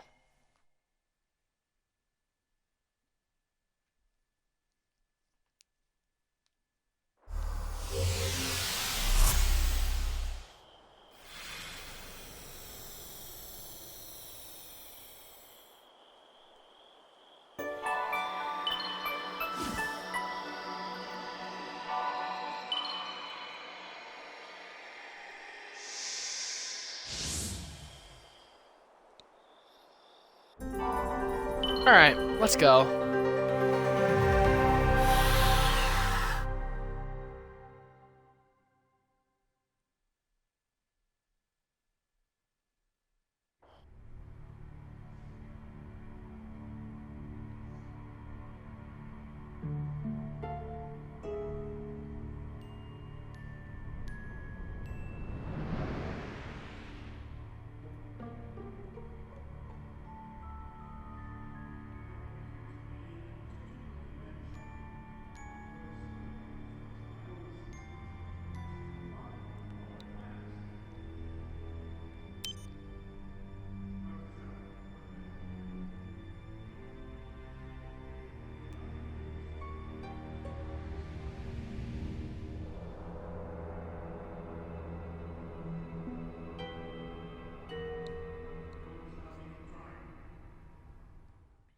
Mike Pollock, especially in this game, now that he's being given this direction as well as the writing that he's given in this game. I've always loved how Eggman was written, but it's so much better now. This version of Eggman is so goddamn good, especially when we start getting to things like the egg memos once we do fishing.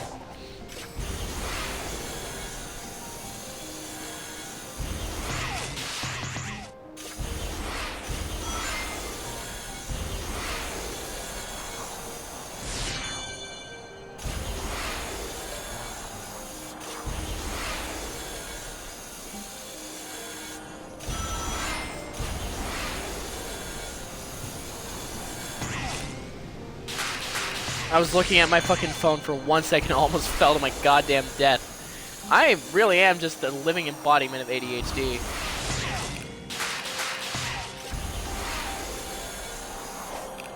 Oh shit, I forgot rail launching is actually kind of useful. Let me open my map really quickly. Is there any... Oh shit, there's this one at night that I can do.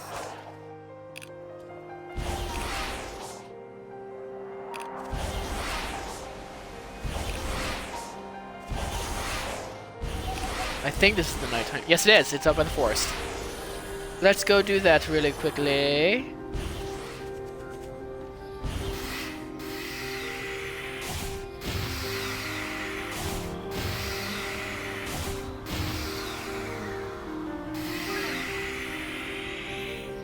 Shit. Motherfucker. Alright. I'm glad I got the nighttime challenges out of the way already because I didn't want to have to wait around for all those because unlike in Unleashed, apparently, I learned you can't just wait until... You can't just press a button and wait until nighttime. It's kind of sad.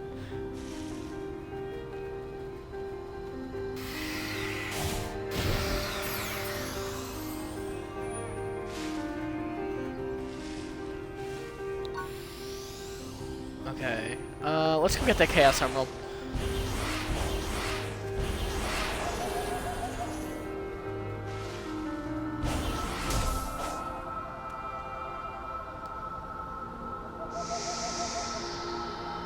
Once I get past Kronos Island, though, like these emerald grabbing cutscenes, I am going to start skipping just because they're pointless. I'm showing them all off once here because obviously there's 7 different emeralds that you have to collect. But after that, I mean, you've seen them all already. It's not something that I'm too troubled with skipping.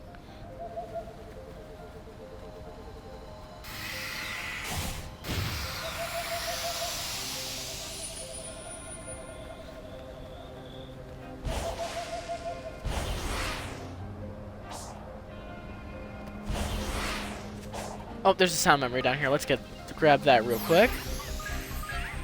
I'm finding a lot of the movements for this island. I haven't really found any of the normal songs yet that were added at first. I guess it's because I haven't really been actively looking for them, but That's still kind of surprising. I expected to find a few more of like the OG jukebox tracks.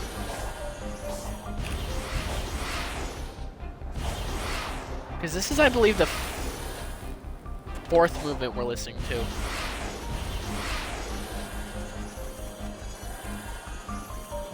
Yeah, this is the fourth movement that we have playing currently.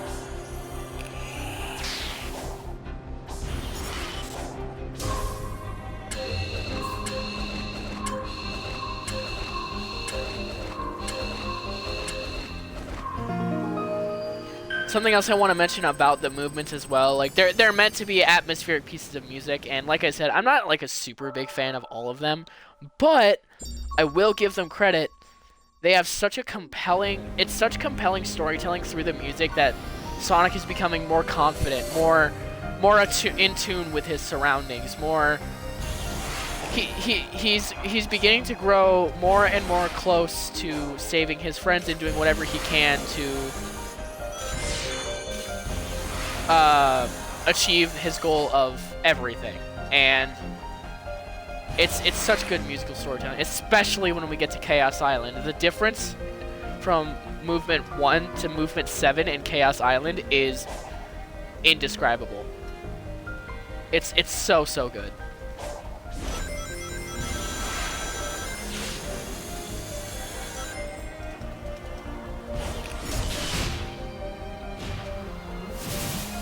Oh?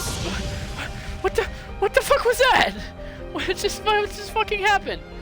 Sonic fucking parried that shit straight into the stratosphere. Oh, memory challenge. I thought I did this one already. Maybe not. No, there was another one just like this. That's why. Oh, oops. Video game. There we go.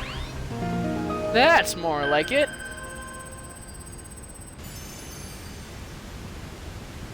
Oh, there's a Sage cutscene there I can do as well, which is what I'm gonna do.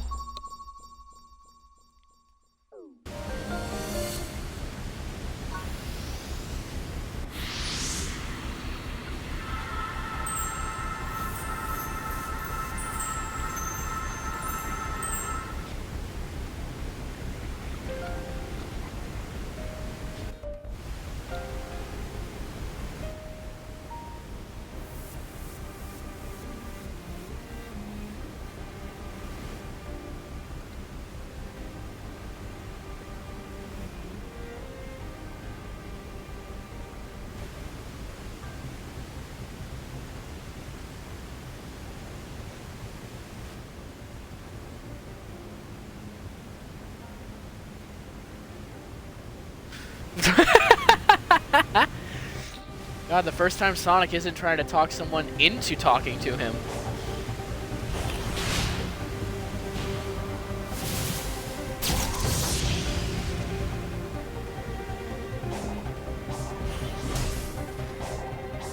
But yeah, you can definitely tell that the person behind a lot of the Archie and IDW comics is in charge. Especially with something that we're going to hear between Sonic and Knuckles on Ares Island. Because it's a big sticking point for Sonic as a character in IDW that is addressed multiple times throughout IDW comics. And if anyone who watches this knows what I'm talking about, they'll know exactly what line I'm talking about that Knuckles says to Sonic.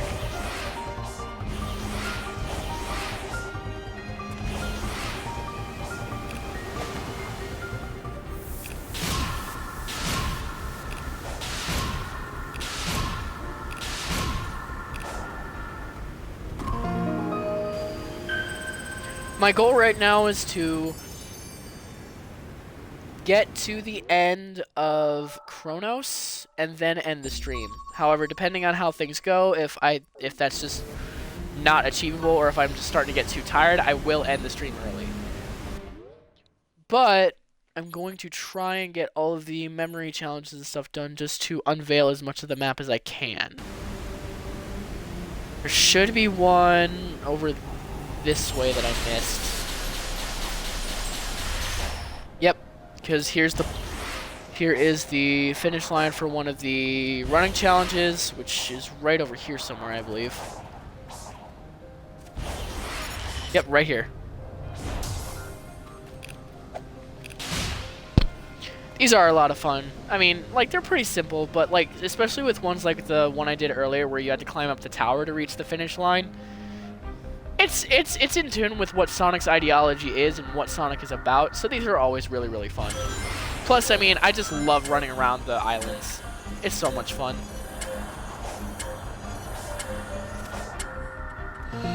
And you'll see that when we get to the Final Horizons version of Uranos, that these timer ones, the ones like I just completed, are actually hard.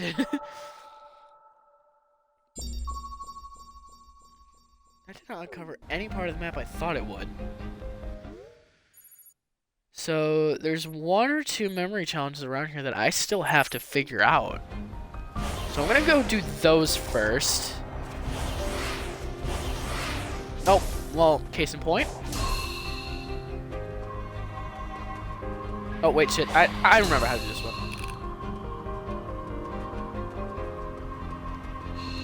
There we go. That's more my style.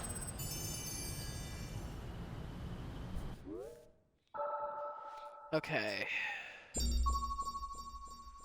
So there's, I believe, 2 more map challenges that I have to do, and then the map should be fully uncovered. There's no enemy around here, game. I don't know what you're talking about.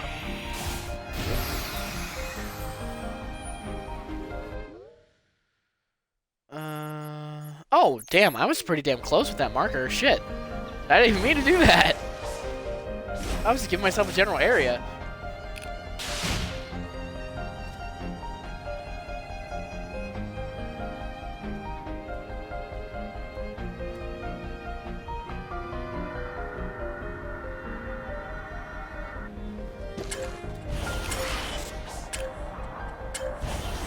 I will say, when it comes to the jukebox selection, I wish, I don't remember if it is, but if not, I wish one of the songs would have been any of the songs from Sonic R. I love Sonic R's music so much. I mean, obviously there's Supersonic Racing and Can You Feel the Sunshine, which are fucking top tier, but Work It Out from Reactive Factory is also really, really, really good. So, if you remember what I said about pre-nerf Chronos, you will notice that all the stuff that I can collect and do on Chronos as it stands is on this bottom half of the map. This top half right here is Rhea. This entire top half of the island is Rhea Island. You'll see that when we get to Rhea, which will be way later on down the line. But God, I would love to play pre-cut Chronos. Oh, it would be so much goddamn fun. Even if just an alpha or beta build gets leaked somehow, it would, oh my God, it would be so much fun. Anywho, now that all the map challenges have been completed, I can fast travel wherever the fuck I want to go. I want to look at the Sage cutscene. I want to look at the Sage cutscene.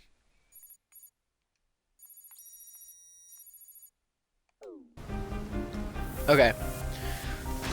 Before we do anything, I'm gonna go progress the story quick because this will get me a Chaos Emerald.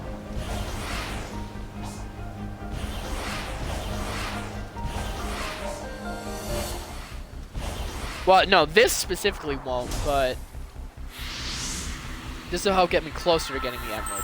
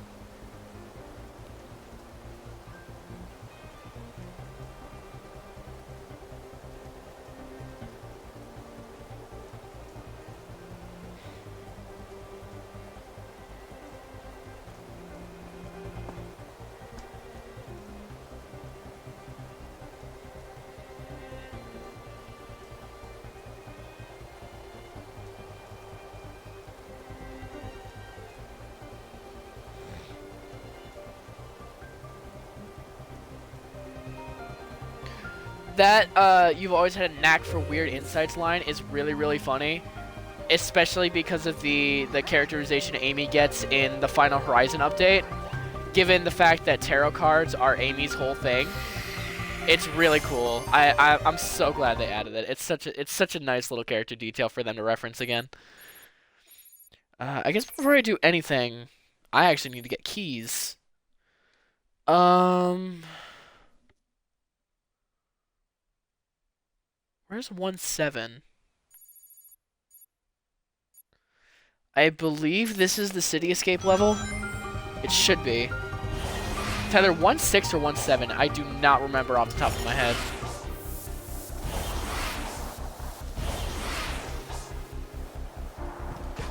Oh, well, actually, no, I'm not going to progress the cutscene just yet. That's, well, no, this will get me a Chaos Emerald. This one I know for a fact will.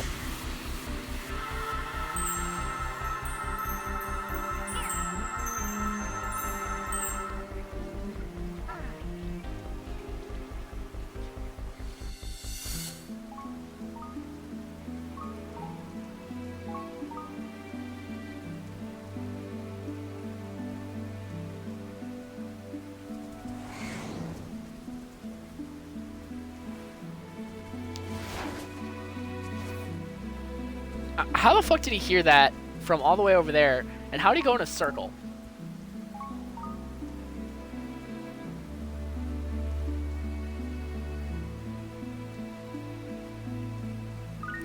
Ha! That's a Sonic Adventure 2 line cut off. Shit. I keep forgetting how awkward that is.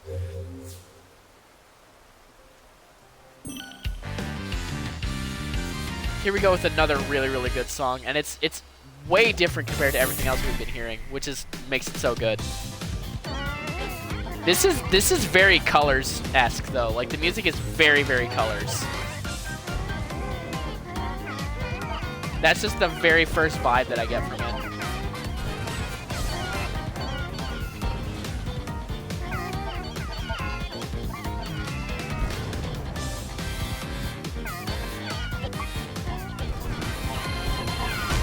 Oh shit.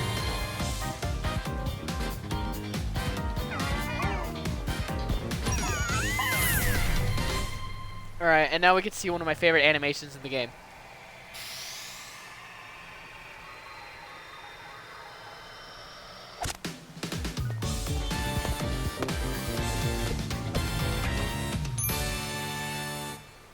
It's so good. I love it. I love it so, so much.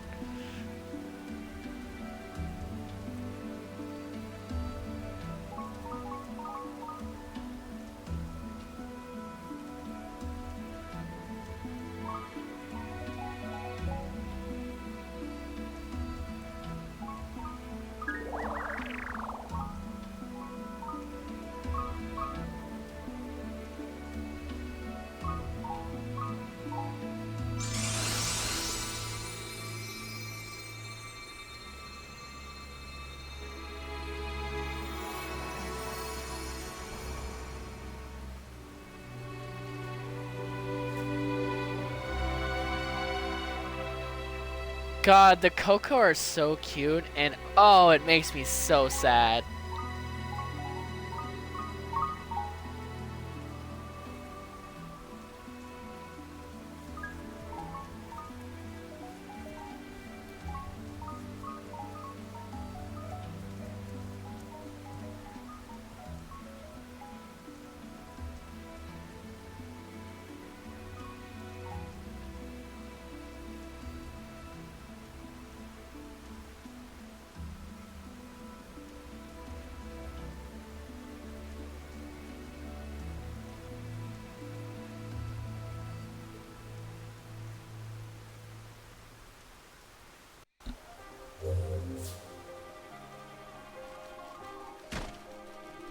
Alright, before I do that Amy cutscene...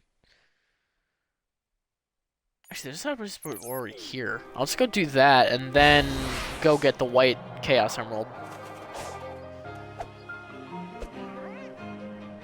Where's the enemy that I got fucking aggroed on?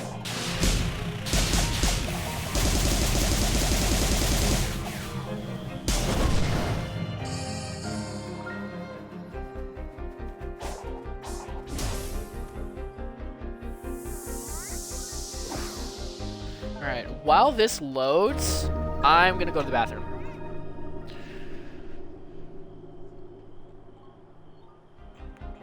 So I'll be gone for like a minute or two.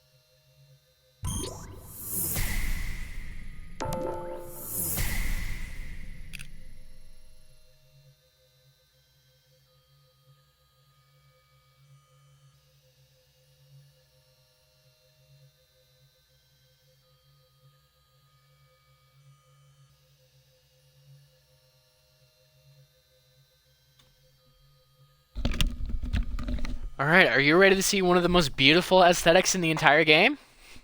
Because I am. I love the aesthetic for this stage, and a lot of the other cyberspace stages. God, it's so pretty. It's so fucking pretty. Green Hill at sunset, I have to agree, is so fucking beautiful.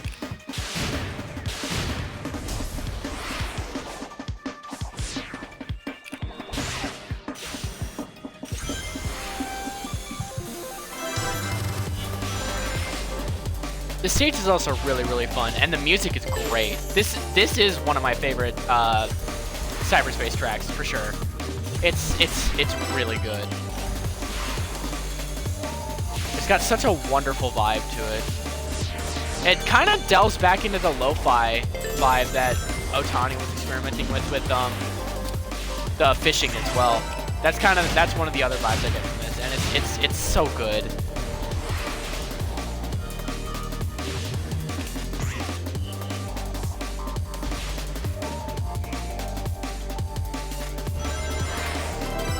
Alright. Now, did I get an S rank and did I get all the rings I needed? Perfect. That's a run we like to see. That's a run we like to see. One run, get all 4 missions done. Let's go.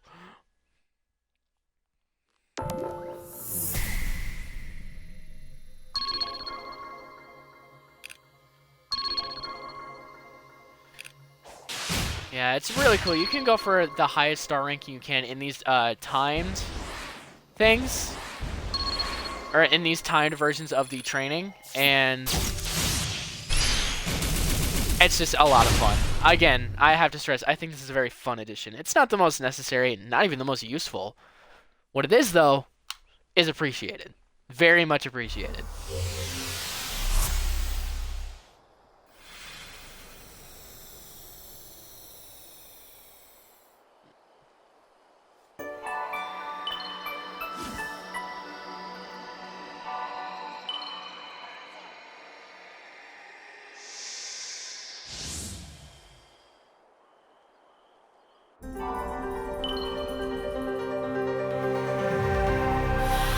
Alright, so now on to Emerald number 5.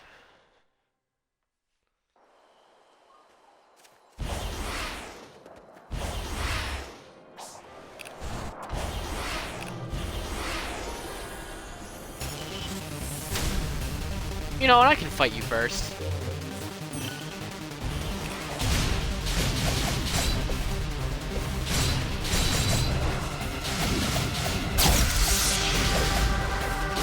And we get to the Grand Slam in action! That's such a cool fucking animation. The battle animations in this game fucking rock.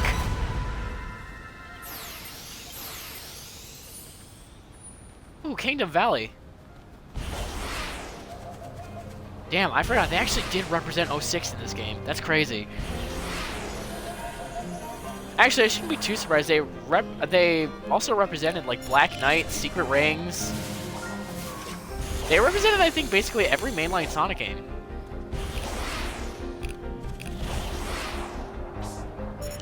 I don't think there's any that I'm missing.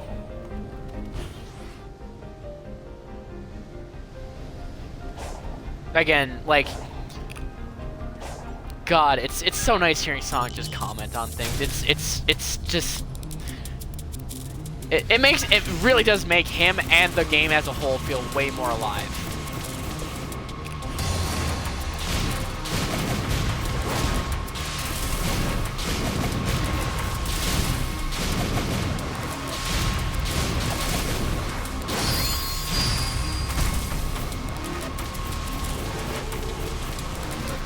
Come on, slam the ground. I know you want to.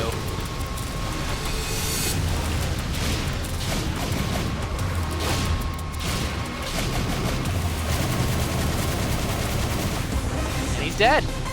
Let's go. Towers are always really satisfying to fight. And that little piano jingle when you do things like complete map puzzles or, for example, killing tower and unlocking this spring. It's so good. The sound design really is top-notch in this game. And I will never, never change that opinion.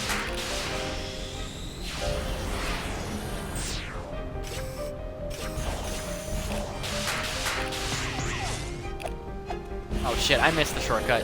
Tragic. Oh well. Oh, okay, I almost fucking made my own shortcut anyway.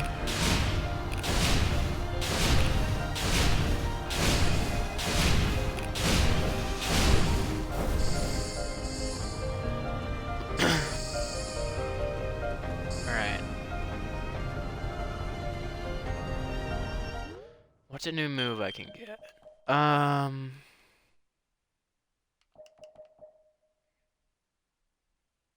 I'd probably say the Wild Rush is a better choice right now.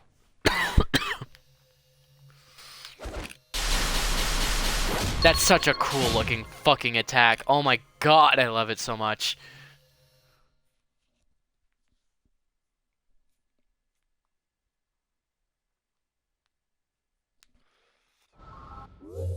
Okay.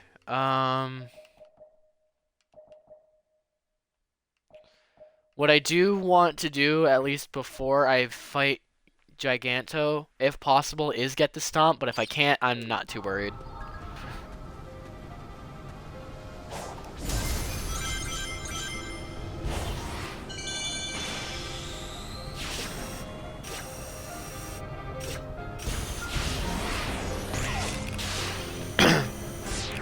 This is also really fun. Like, the moments on the islands where you're just climbing up a giant floating structure like this are some of the highlights of the islands. It just makes things, again, feel that much more alive, and it makes the world feel way more fleshed out than it otherwise would have been. Because without something like this, it does feel like the islands could have potentially just been kind of relatively boring to run through. So I'm glad that these are here.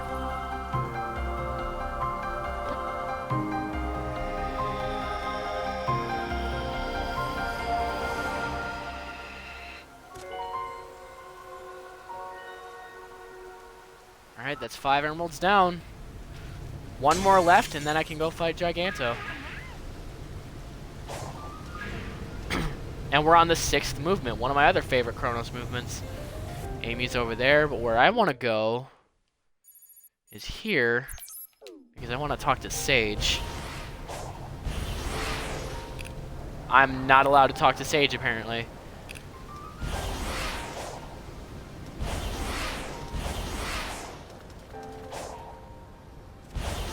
Alright, that's fine. That's not a big deal. I can just go over here and do this.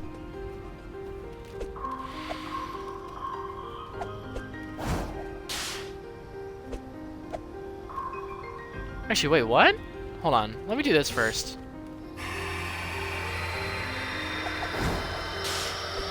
That's a fun little animation. I don't know if I've ever seen that.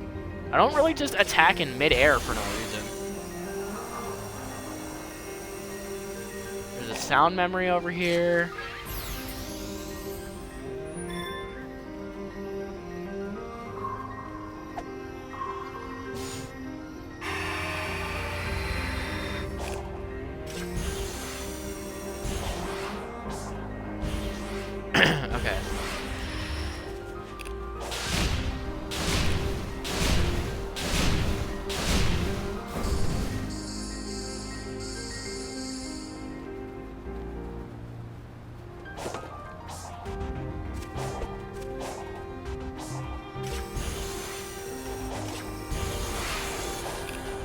Alright, let's talk to Sage. Another thing is, like, Sonic will just randomly chuckle and laugh when you do certain things, like slide.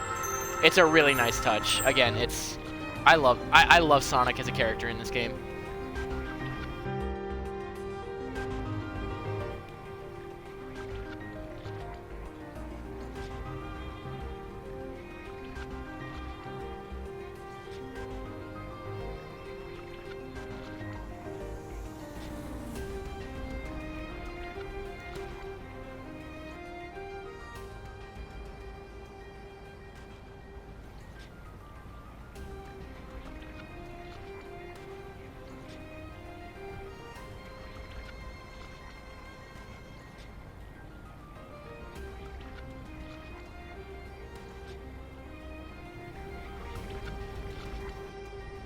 Alright.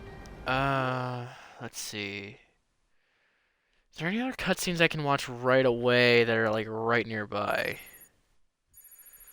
There's this one up here.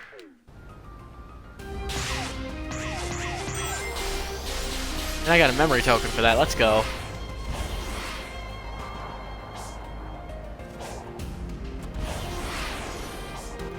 Oh, I did not get that somehow. Alright.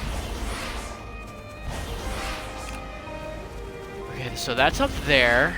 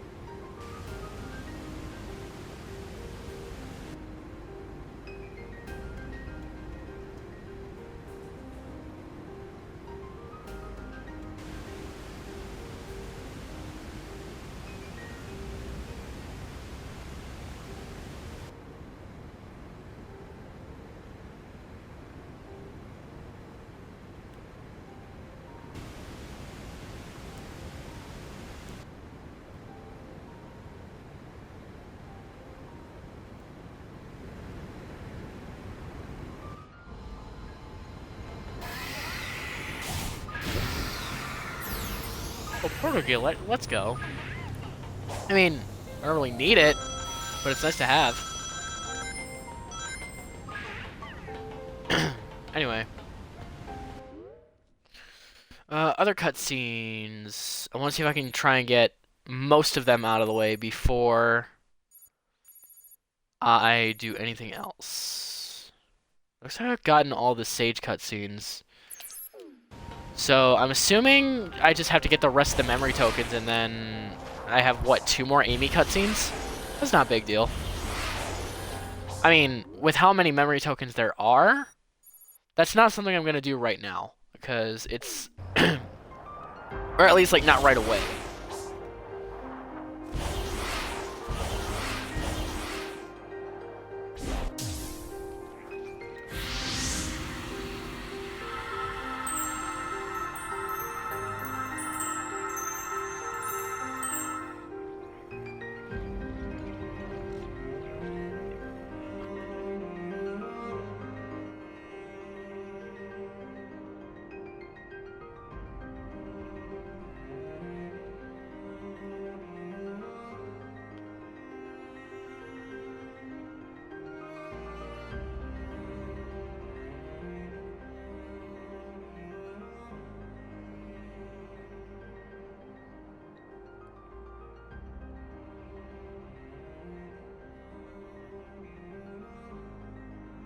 That's also some really good delivery. I love the soft tone of voice he had there.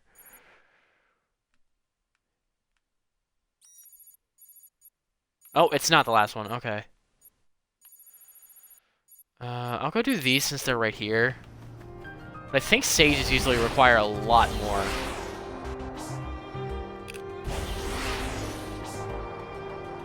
Oh my god, Update 2's new momentum sliders and the options are so fucking satisfying. Look at this shit.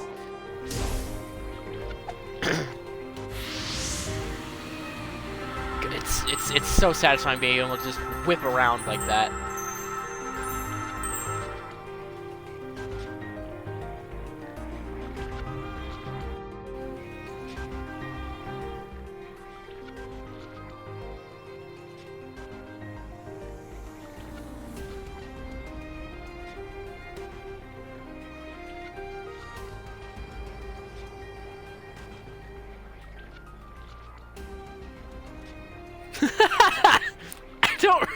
I don't remember that one.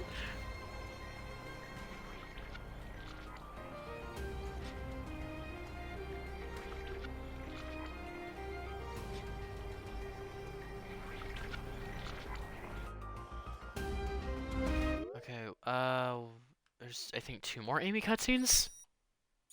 Yeah. Let's go do this.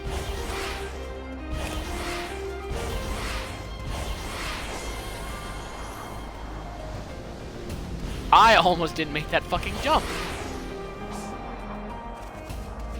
Oh, something else I'll mention really quickly too, just as a topic of conversation. It was really weird with how little news we'd heard about Frontiers up to the, like, Game Awards reveal trailer from 2 years ago.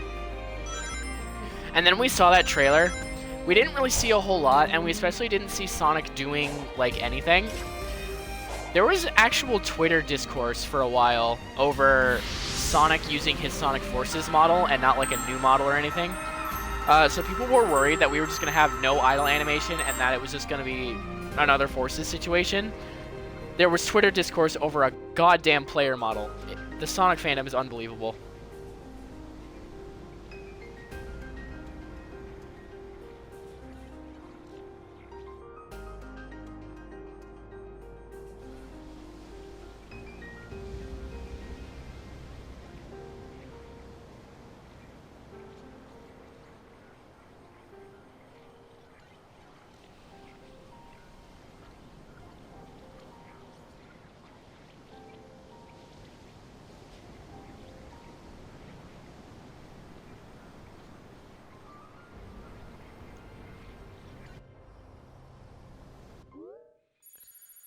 Alright, let's go see what this last non-mandatory Amy cutscene has to offer.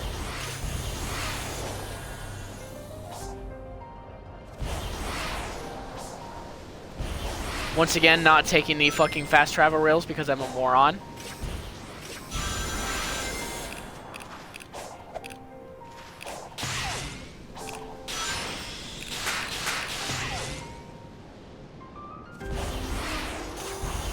Oh, wait, that's a seed.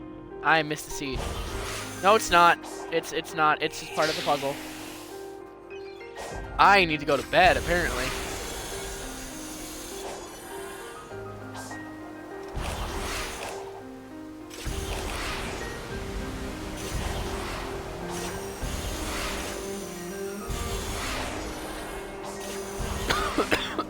Fuck. Guys, don't ever get sick. Whoever may be watching this, don't ever get sick. It fucking sucks dick. Anyway. Oh, wait. Oh, she's up there? Why the fuck is she up there?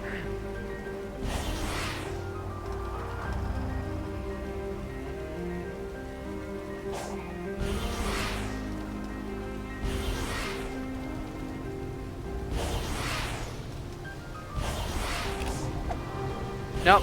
God damn it. I was trying to homing attack that motherfucker.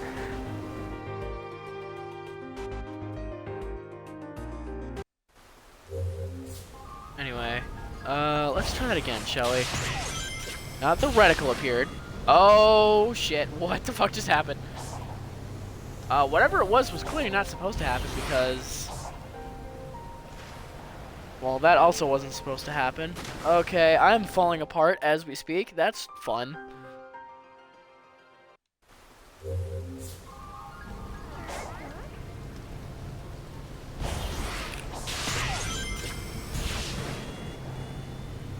Something doesn't seem right. I don't think that's supposed to fucking happen.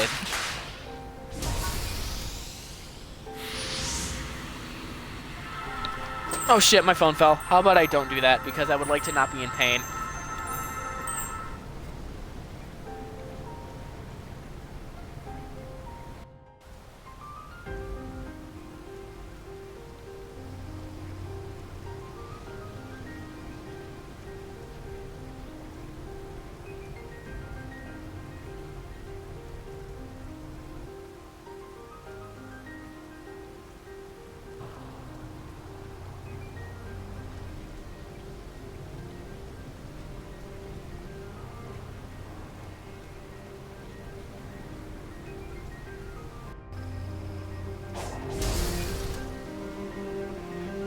Alright. Now, it's time to go finish the story, for this island at least.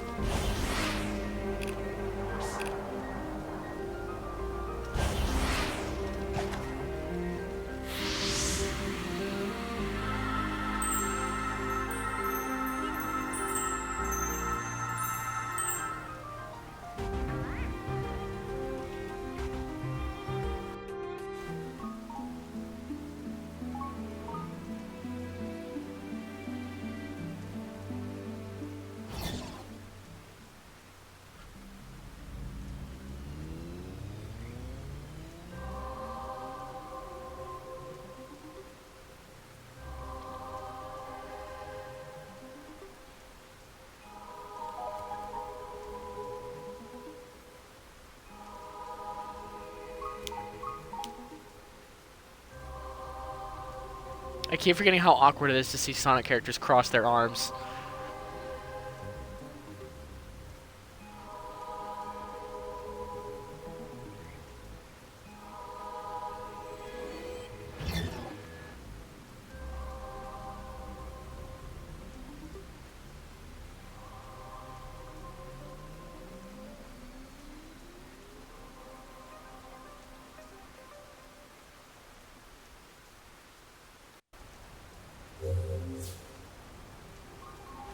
Alright.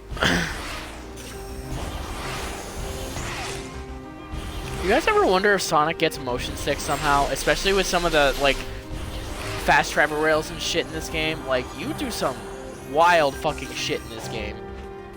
I feel like after a while, he's just gonna become, like, the fucking spokesperson for Tylenol.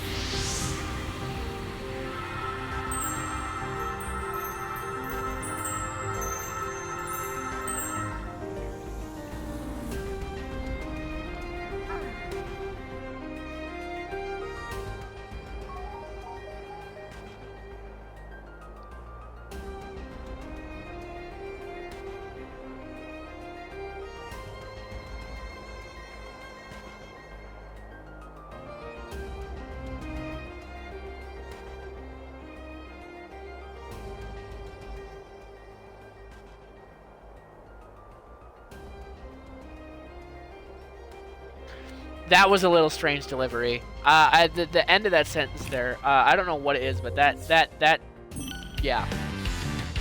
That sounded like it was 2 takes put together.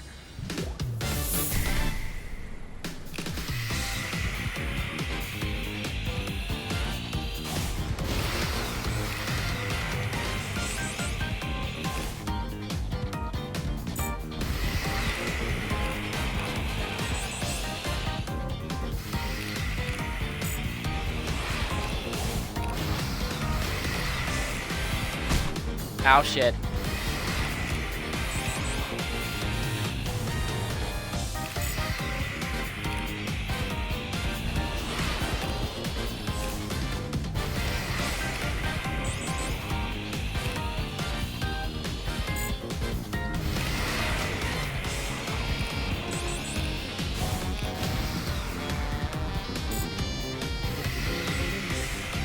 This is also really fun. Like, it's kind of boring, all things considered, but this is just fun, in my opinion. Plus, the music really carries it.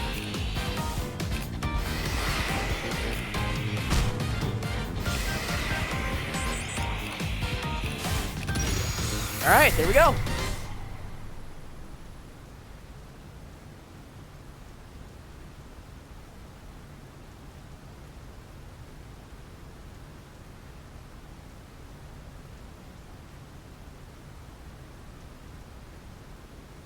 Oh, I'm supposed to hit a button here?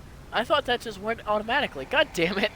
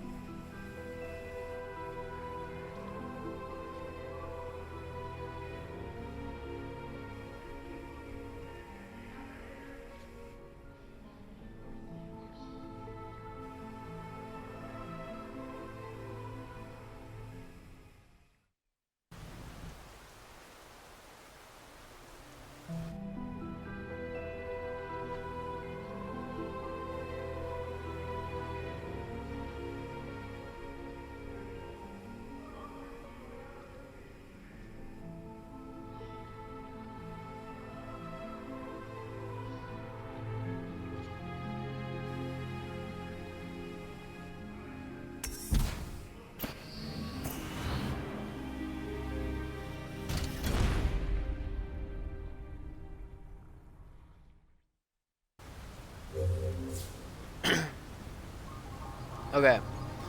How many purple coins do I have?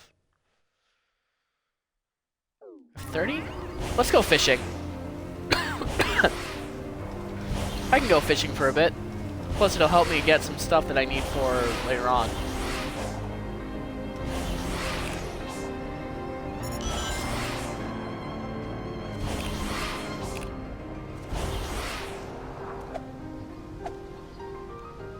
Alright, here we go.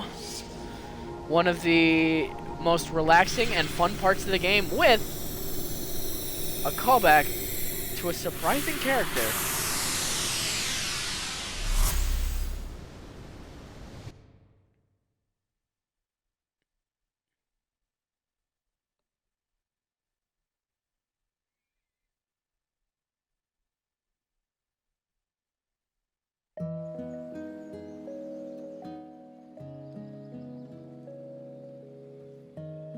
Big makes his official game-wide return since, I believe, Sonic and the Secret Rings. It is surreal, honestly. It's really nice, but crazy it took him this long.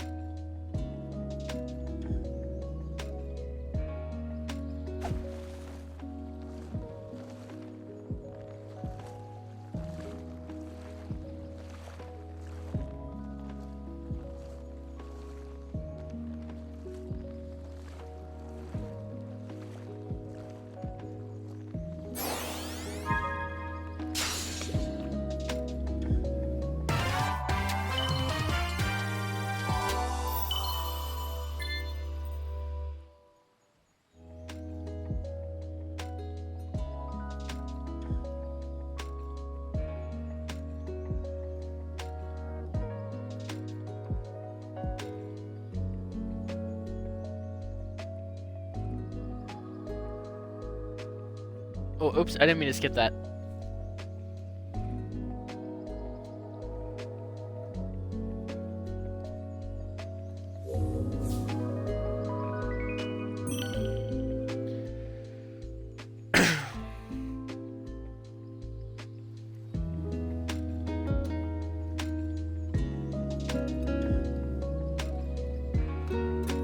I'm sorry, I have to let the music sink in for a minute.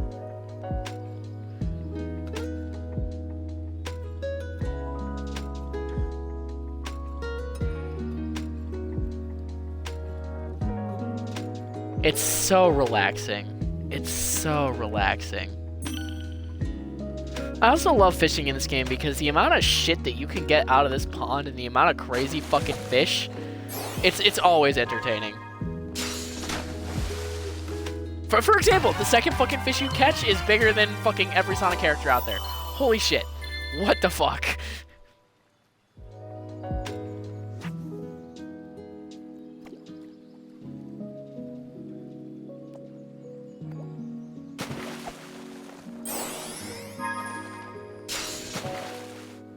Treasure chest already? I feel like this is way too lucky for the very beginning. That does not seem right. Maybe I just haven't played this game. Maybe I just haven't gone fishing in a while.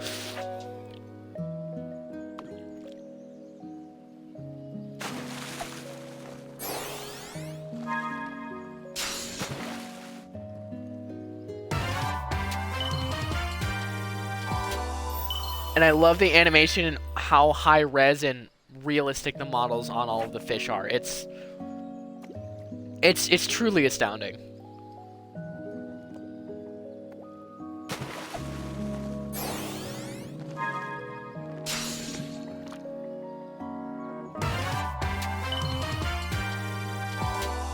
I can't wait for Sonic to just fucking fall on his face from holding that fucking thing.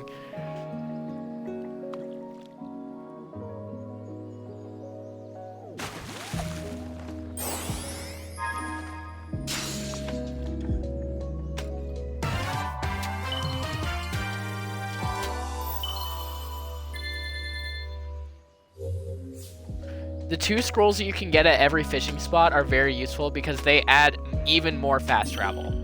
Once again, very, very useful, especially on later islands like Chaos and Oranos.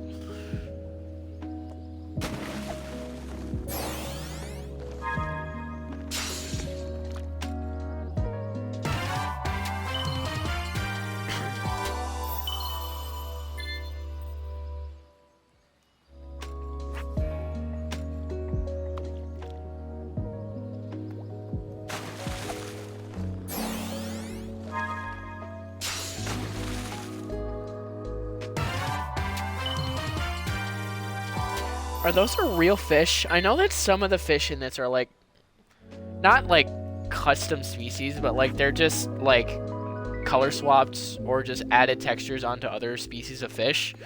Are flying fish real?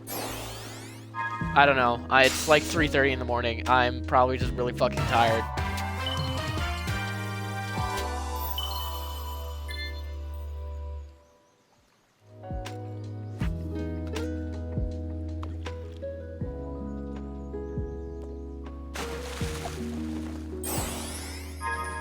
Yeah, no, I'm basically gonna go until my tokens are out, which I still got a decent bit of time left.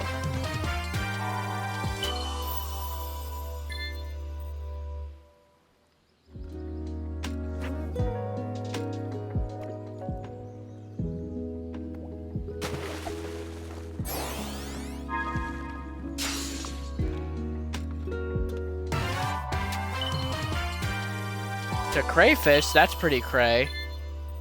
I'm sorry, that's the stupidest fucking thing I've said this entire live stream.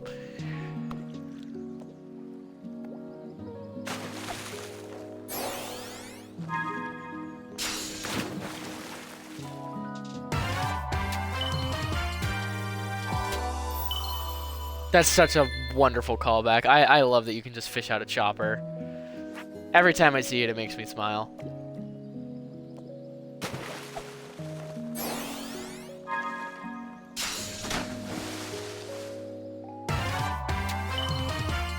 Black bass? That's pretty racist. The thing isn't even fucking black.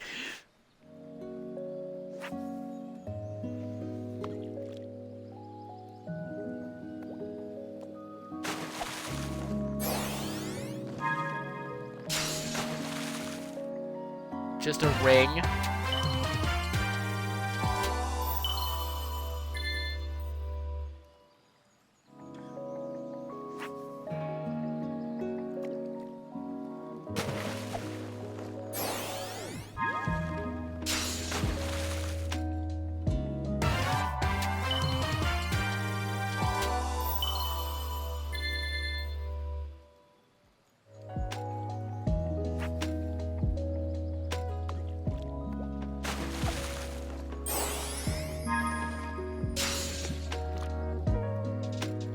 The other scroll. Let's go.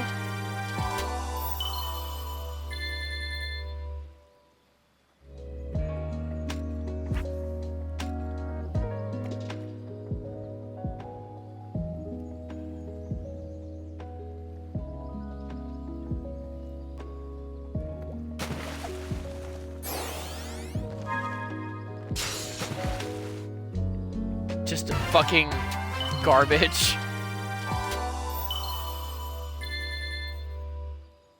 The shit is like almost redder than Sonic's shoes. That is unbelievable. Also, you can barely see it, but it's on the bottom and like kind of just it's kind of across the bottom and top of the screen, but that red and blue like retro scanline filter, like the 3D glasses effect, it's a really cool touch. God, I'm sorry. I love this game so fucking much. I love this game so much.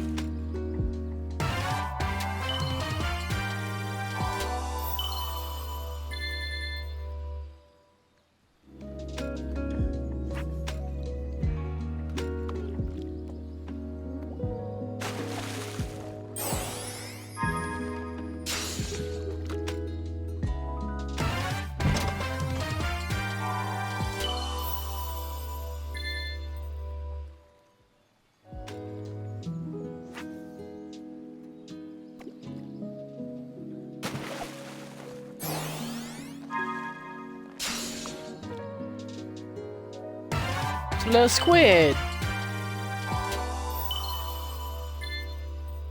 Also, I don't know why, but I also get a kick out of every single time you successfully reel something in. Sonic just has that fucking anime-ass eye-opening, like he's about to just commit mass fucking genocide, eye-opening cutscene. Like, this shit's so goofy, with, like, the lightning in the background, too. But, oh my god, it's so goofy, and I can't help but absolutely adore the fact that they added that in. It's just the right kind of silly.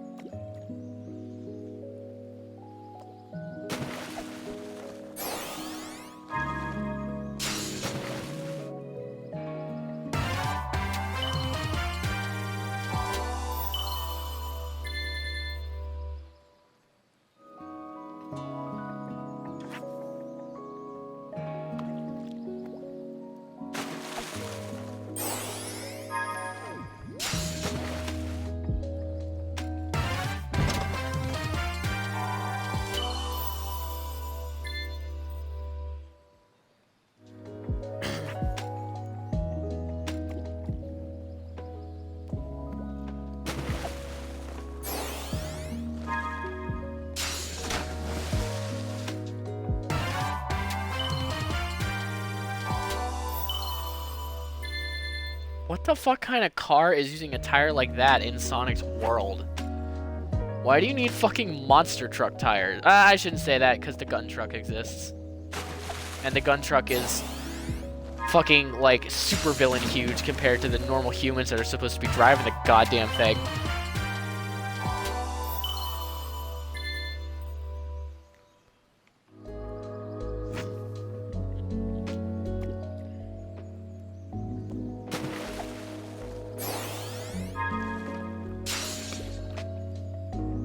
A fucking silver acorn? How? And is it, like, food? Or is it just, like, some fucking, like, holiday decoration that some asshole just decided to chuck into the pond? So, yeah, fuck you, fish population. I'm just gonna chuck silver into the pond. That's a barracuda.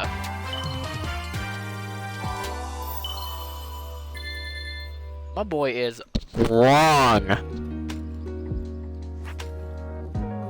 Actually, I shouldn't say that that guy's wrong, because I think you can catch a fucking oarfish in this game. Possibly. I honestly have no fucking clue. That is an anglerfish. That is a fucking deep, dark, bottom of the ocean fish. You cannot catch that in just a fucking pond. Sonic, you absolute fucking maniac.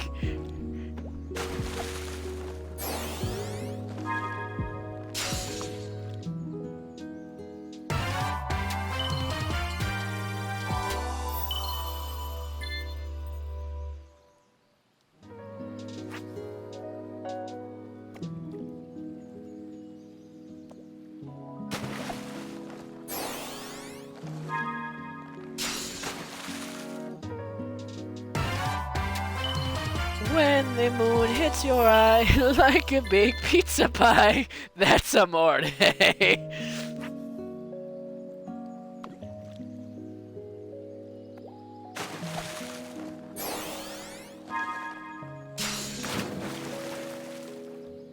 goalpost, let's go.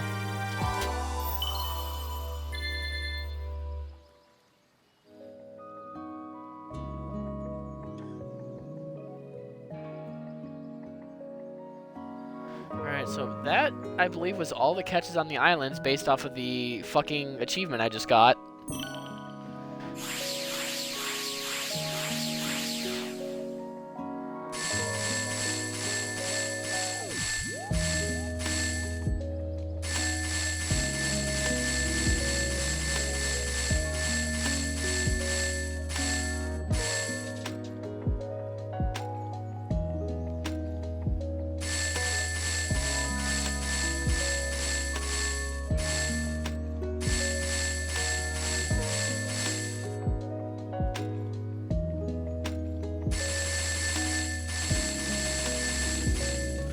Alright.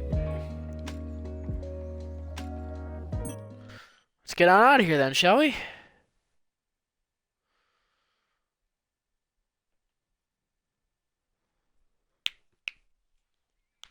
Damn, fishing took a minute. I'm pretty sure I was fishing for like 20 minutes there.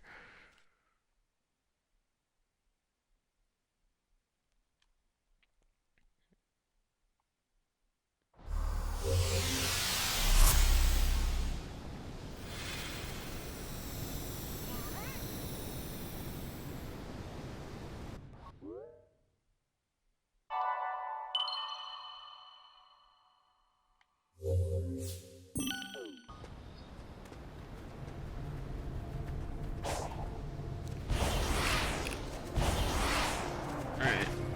Actually, speaking of the Coco, I need to talk to a hermit Coco quickly.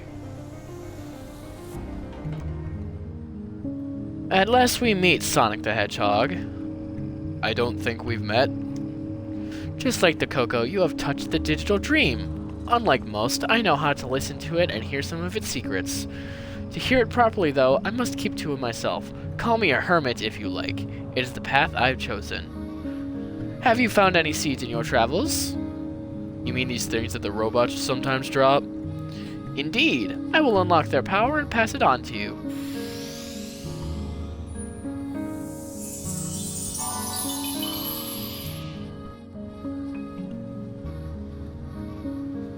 Bring me more seeds and I will give you more power in return. Seeds of power will make you strike harder. Seeds of defense will make you sturdier. That's pretty cool, and so you are, Hermit. Ever since that got pointed out that is actually a typo, that's pretty funny. That just reminds me of the, that really you typo from the end of Mario 64. Oh ho ho, it all comes from listening to the whispers of the digital dream. You have wells of untapped potential, but I cannot reach them. Dang. Know anybody who can? Unfortunately. Seek out my sibling, the Elder Coco. They can likely unlock your inner strength. Then come back and see me so I can be sure they did it right. I am tired and return to the dream. Let me rest, child. Alright. What the fuck was that noise? Hello? That is the grossest grunt I think I've ever heard a Sonic character ever make.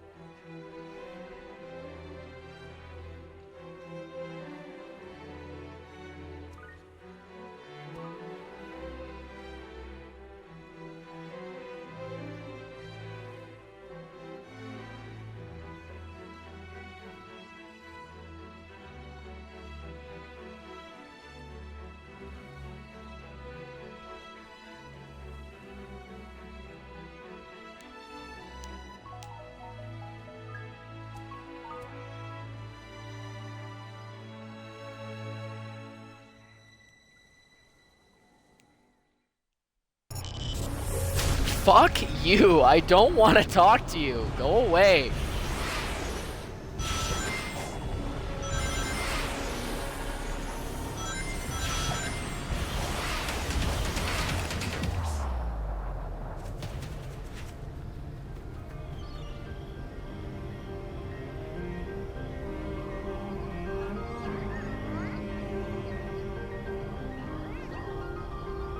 What the fuck happened to my live stream? Hello? I'm still live, but it's not letting me see it on my phone anymore? But why? I am confuzzled. Is it just because my fucking internet died on my phone? What is happening? Apparently, alright, whatever. I don't care.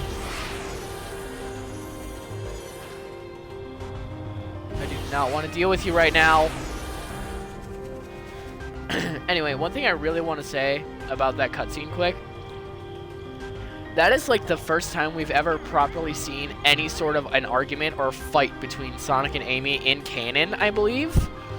Not including Boom, because I think they kind of get into it in Boom sometimes. But it's, again, it's showing parts of their characters that we don't ever really get to see, and it's really nice. Anyway, this cutscene's also really good if this is the one I'm thinking of, so I'm going to shut the fuck up.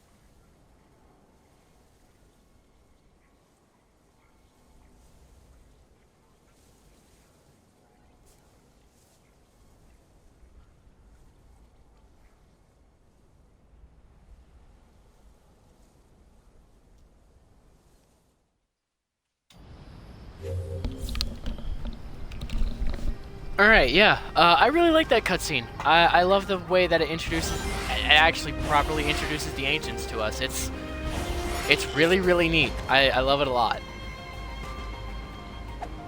Alright. Are we ready for the big boss time? At least after this puzzle. Because this puzzle it still has to be done.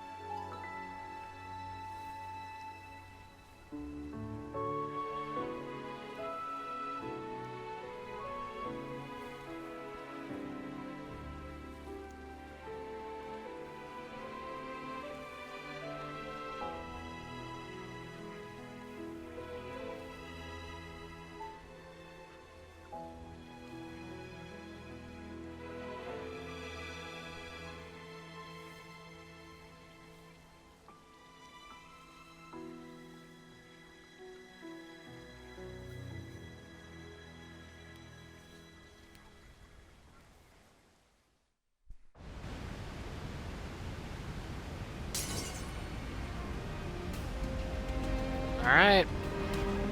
This puzzle's not hard. Oh.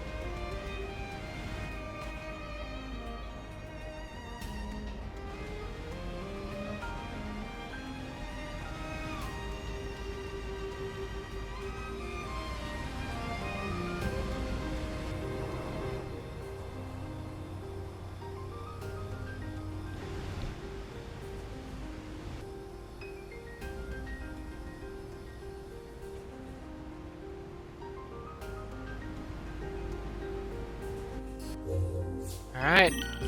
This puzzle's not, like, hard. It's just it can be a little confusing if you don't know what you're doing.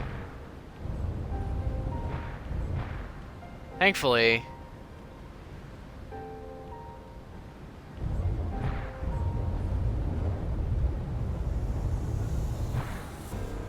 do that, and then... Oh, wait. I gotta turn this way. And then...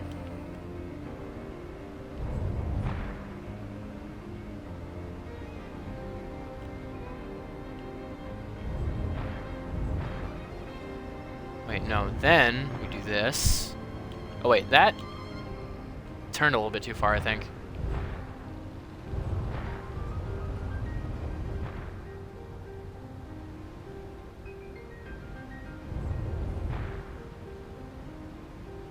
Oh, almost got it.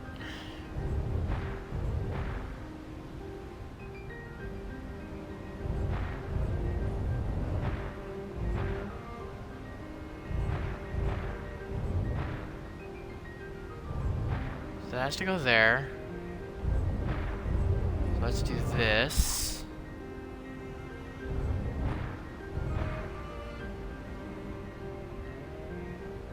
We should wait.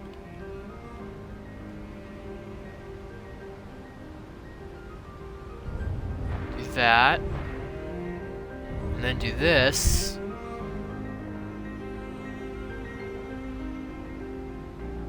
Has to turn to the left. So then turn these to the right. And turn this to the left.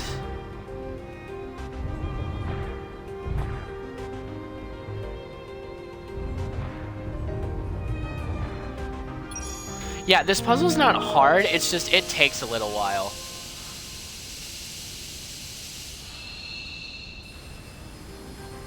I used to know how to do it a little bit faster, but I mean, like, it's not a big deal. It's not a big deal at all.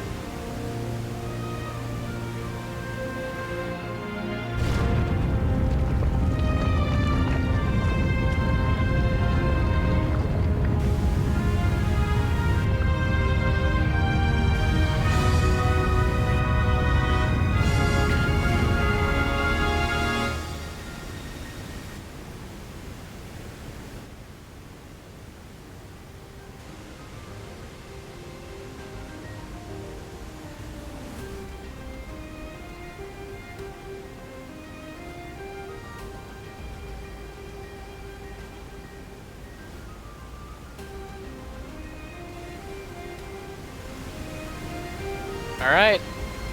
It's Titan time.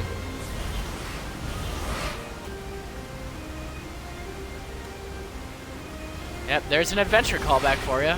That's a very, very, very well up callback. Very well appreciated as well. It's nice that they're finally, like, actually doing real world building again.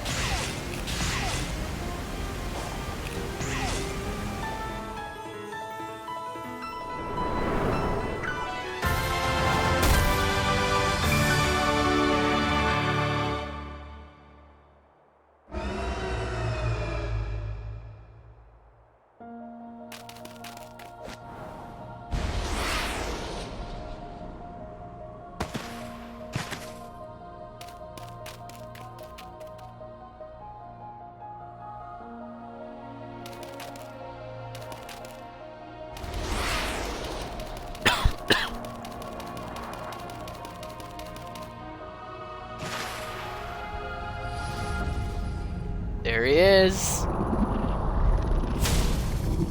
Giganta. I just have to say one last thing before we officially get started with the fight.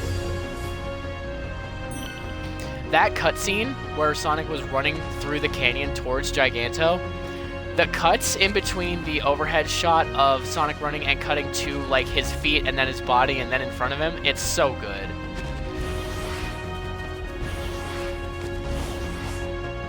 I'm having such a good time right now. If it's not obvious already, I'm having a wonderful time with this game, even after like my 5th playthrough.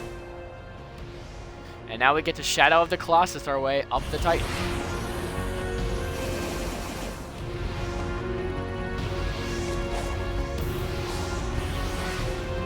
Alright. Here we go. Oh, this moment is still so fucking exciting for me, even a year later. I love this so much. I'm hanging on to the other side. I won't give up till the end of me.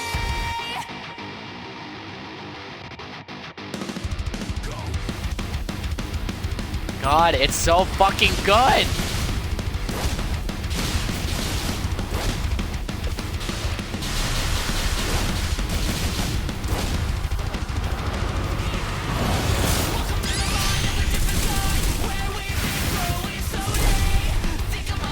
Fucking shit. Oh, I forgot how good this shit is.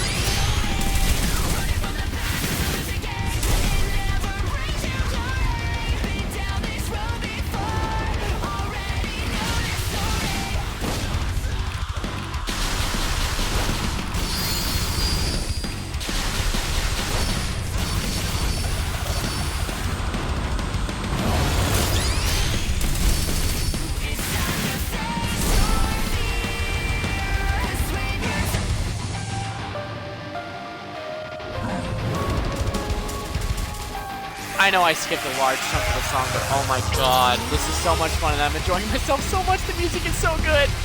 Oh, the music is so good.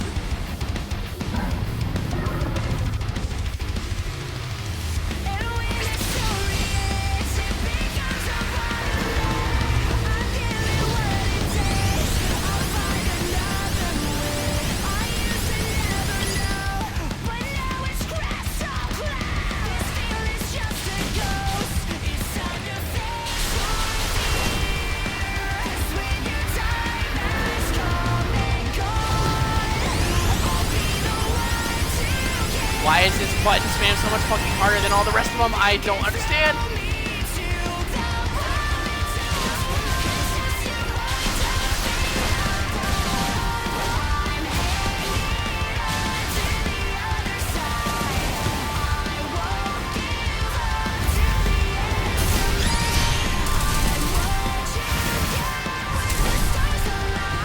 All right.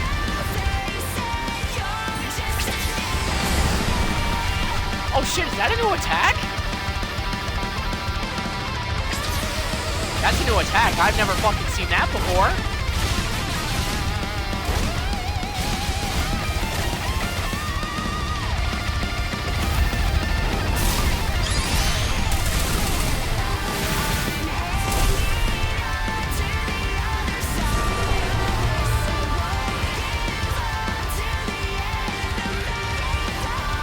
Gotta time it right.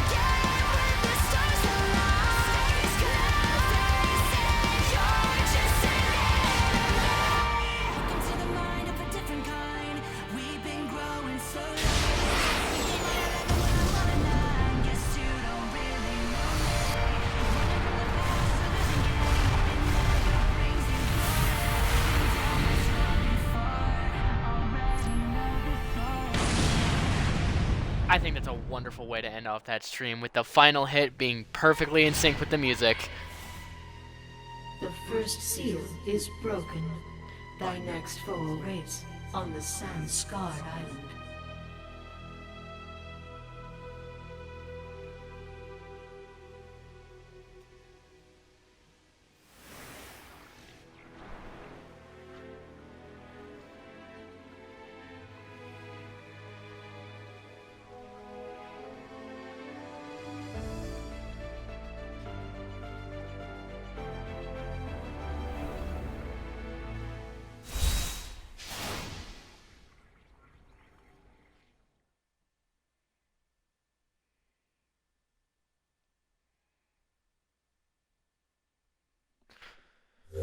Once I actually set foot on Ares, I will be ending the stream. But, like I said, what a fantastic way to end the stream with perfect music sync.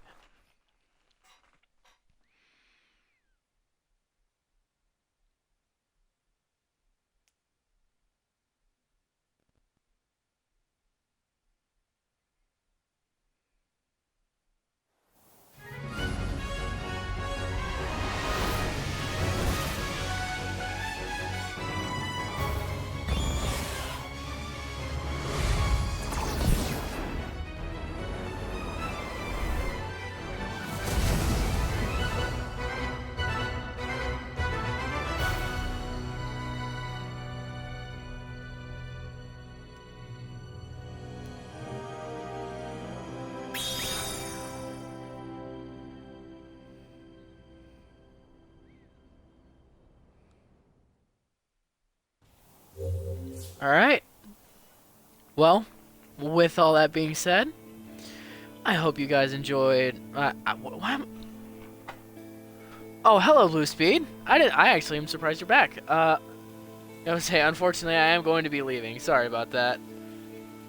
Alright, but with all that being said, I hope the people who end up watching this VOD enjoyed, and I will be streaming this again at some point later on in the future. I will see you all on the flip side.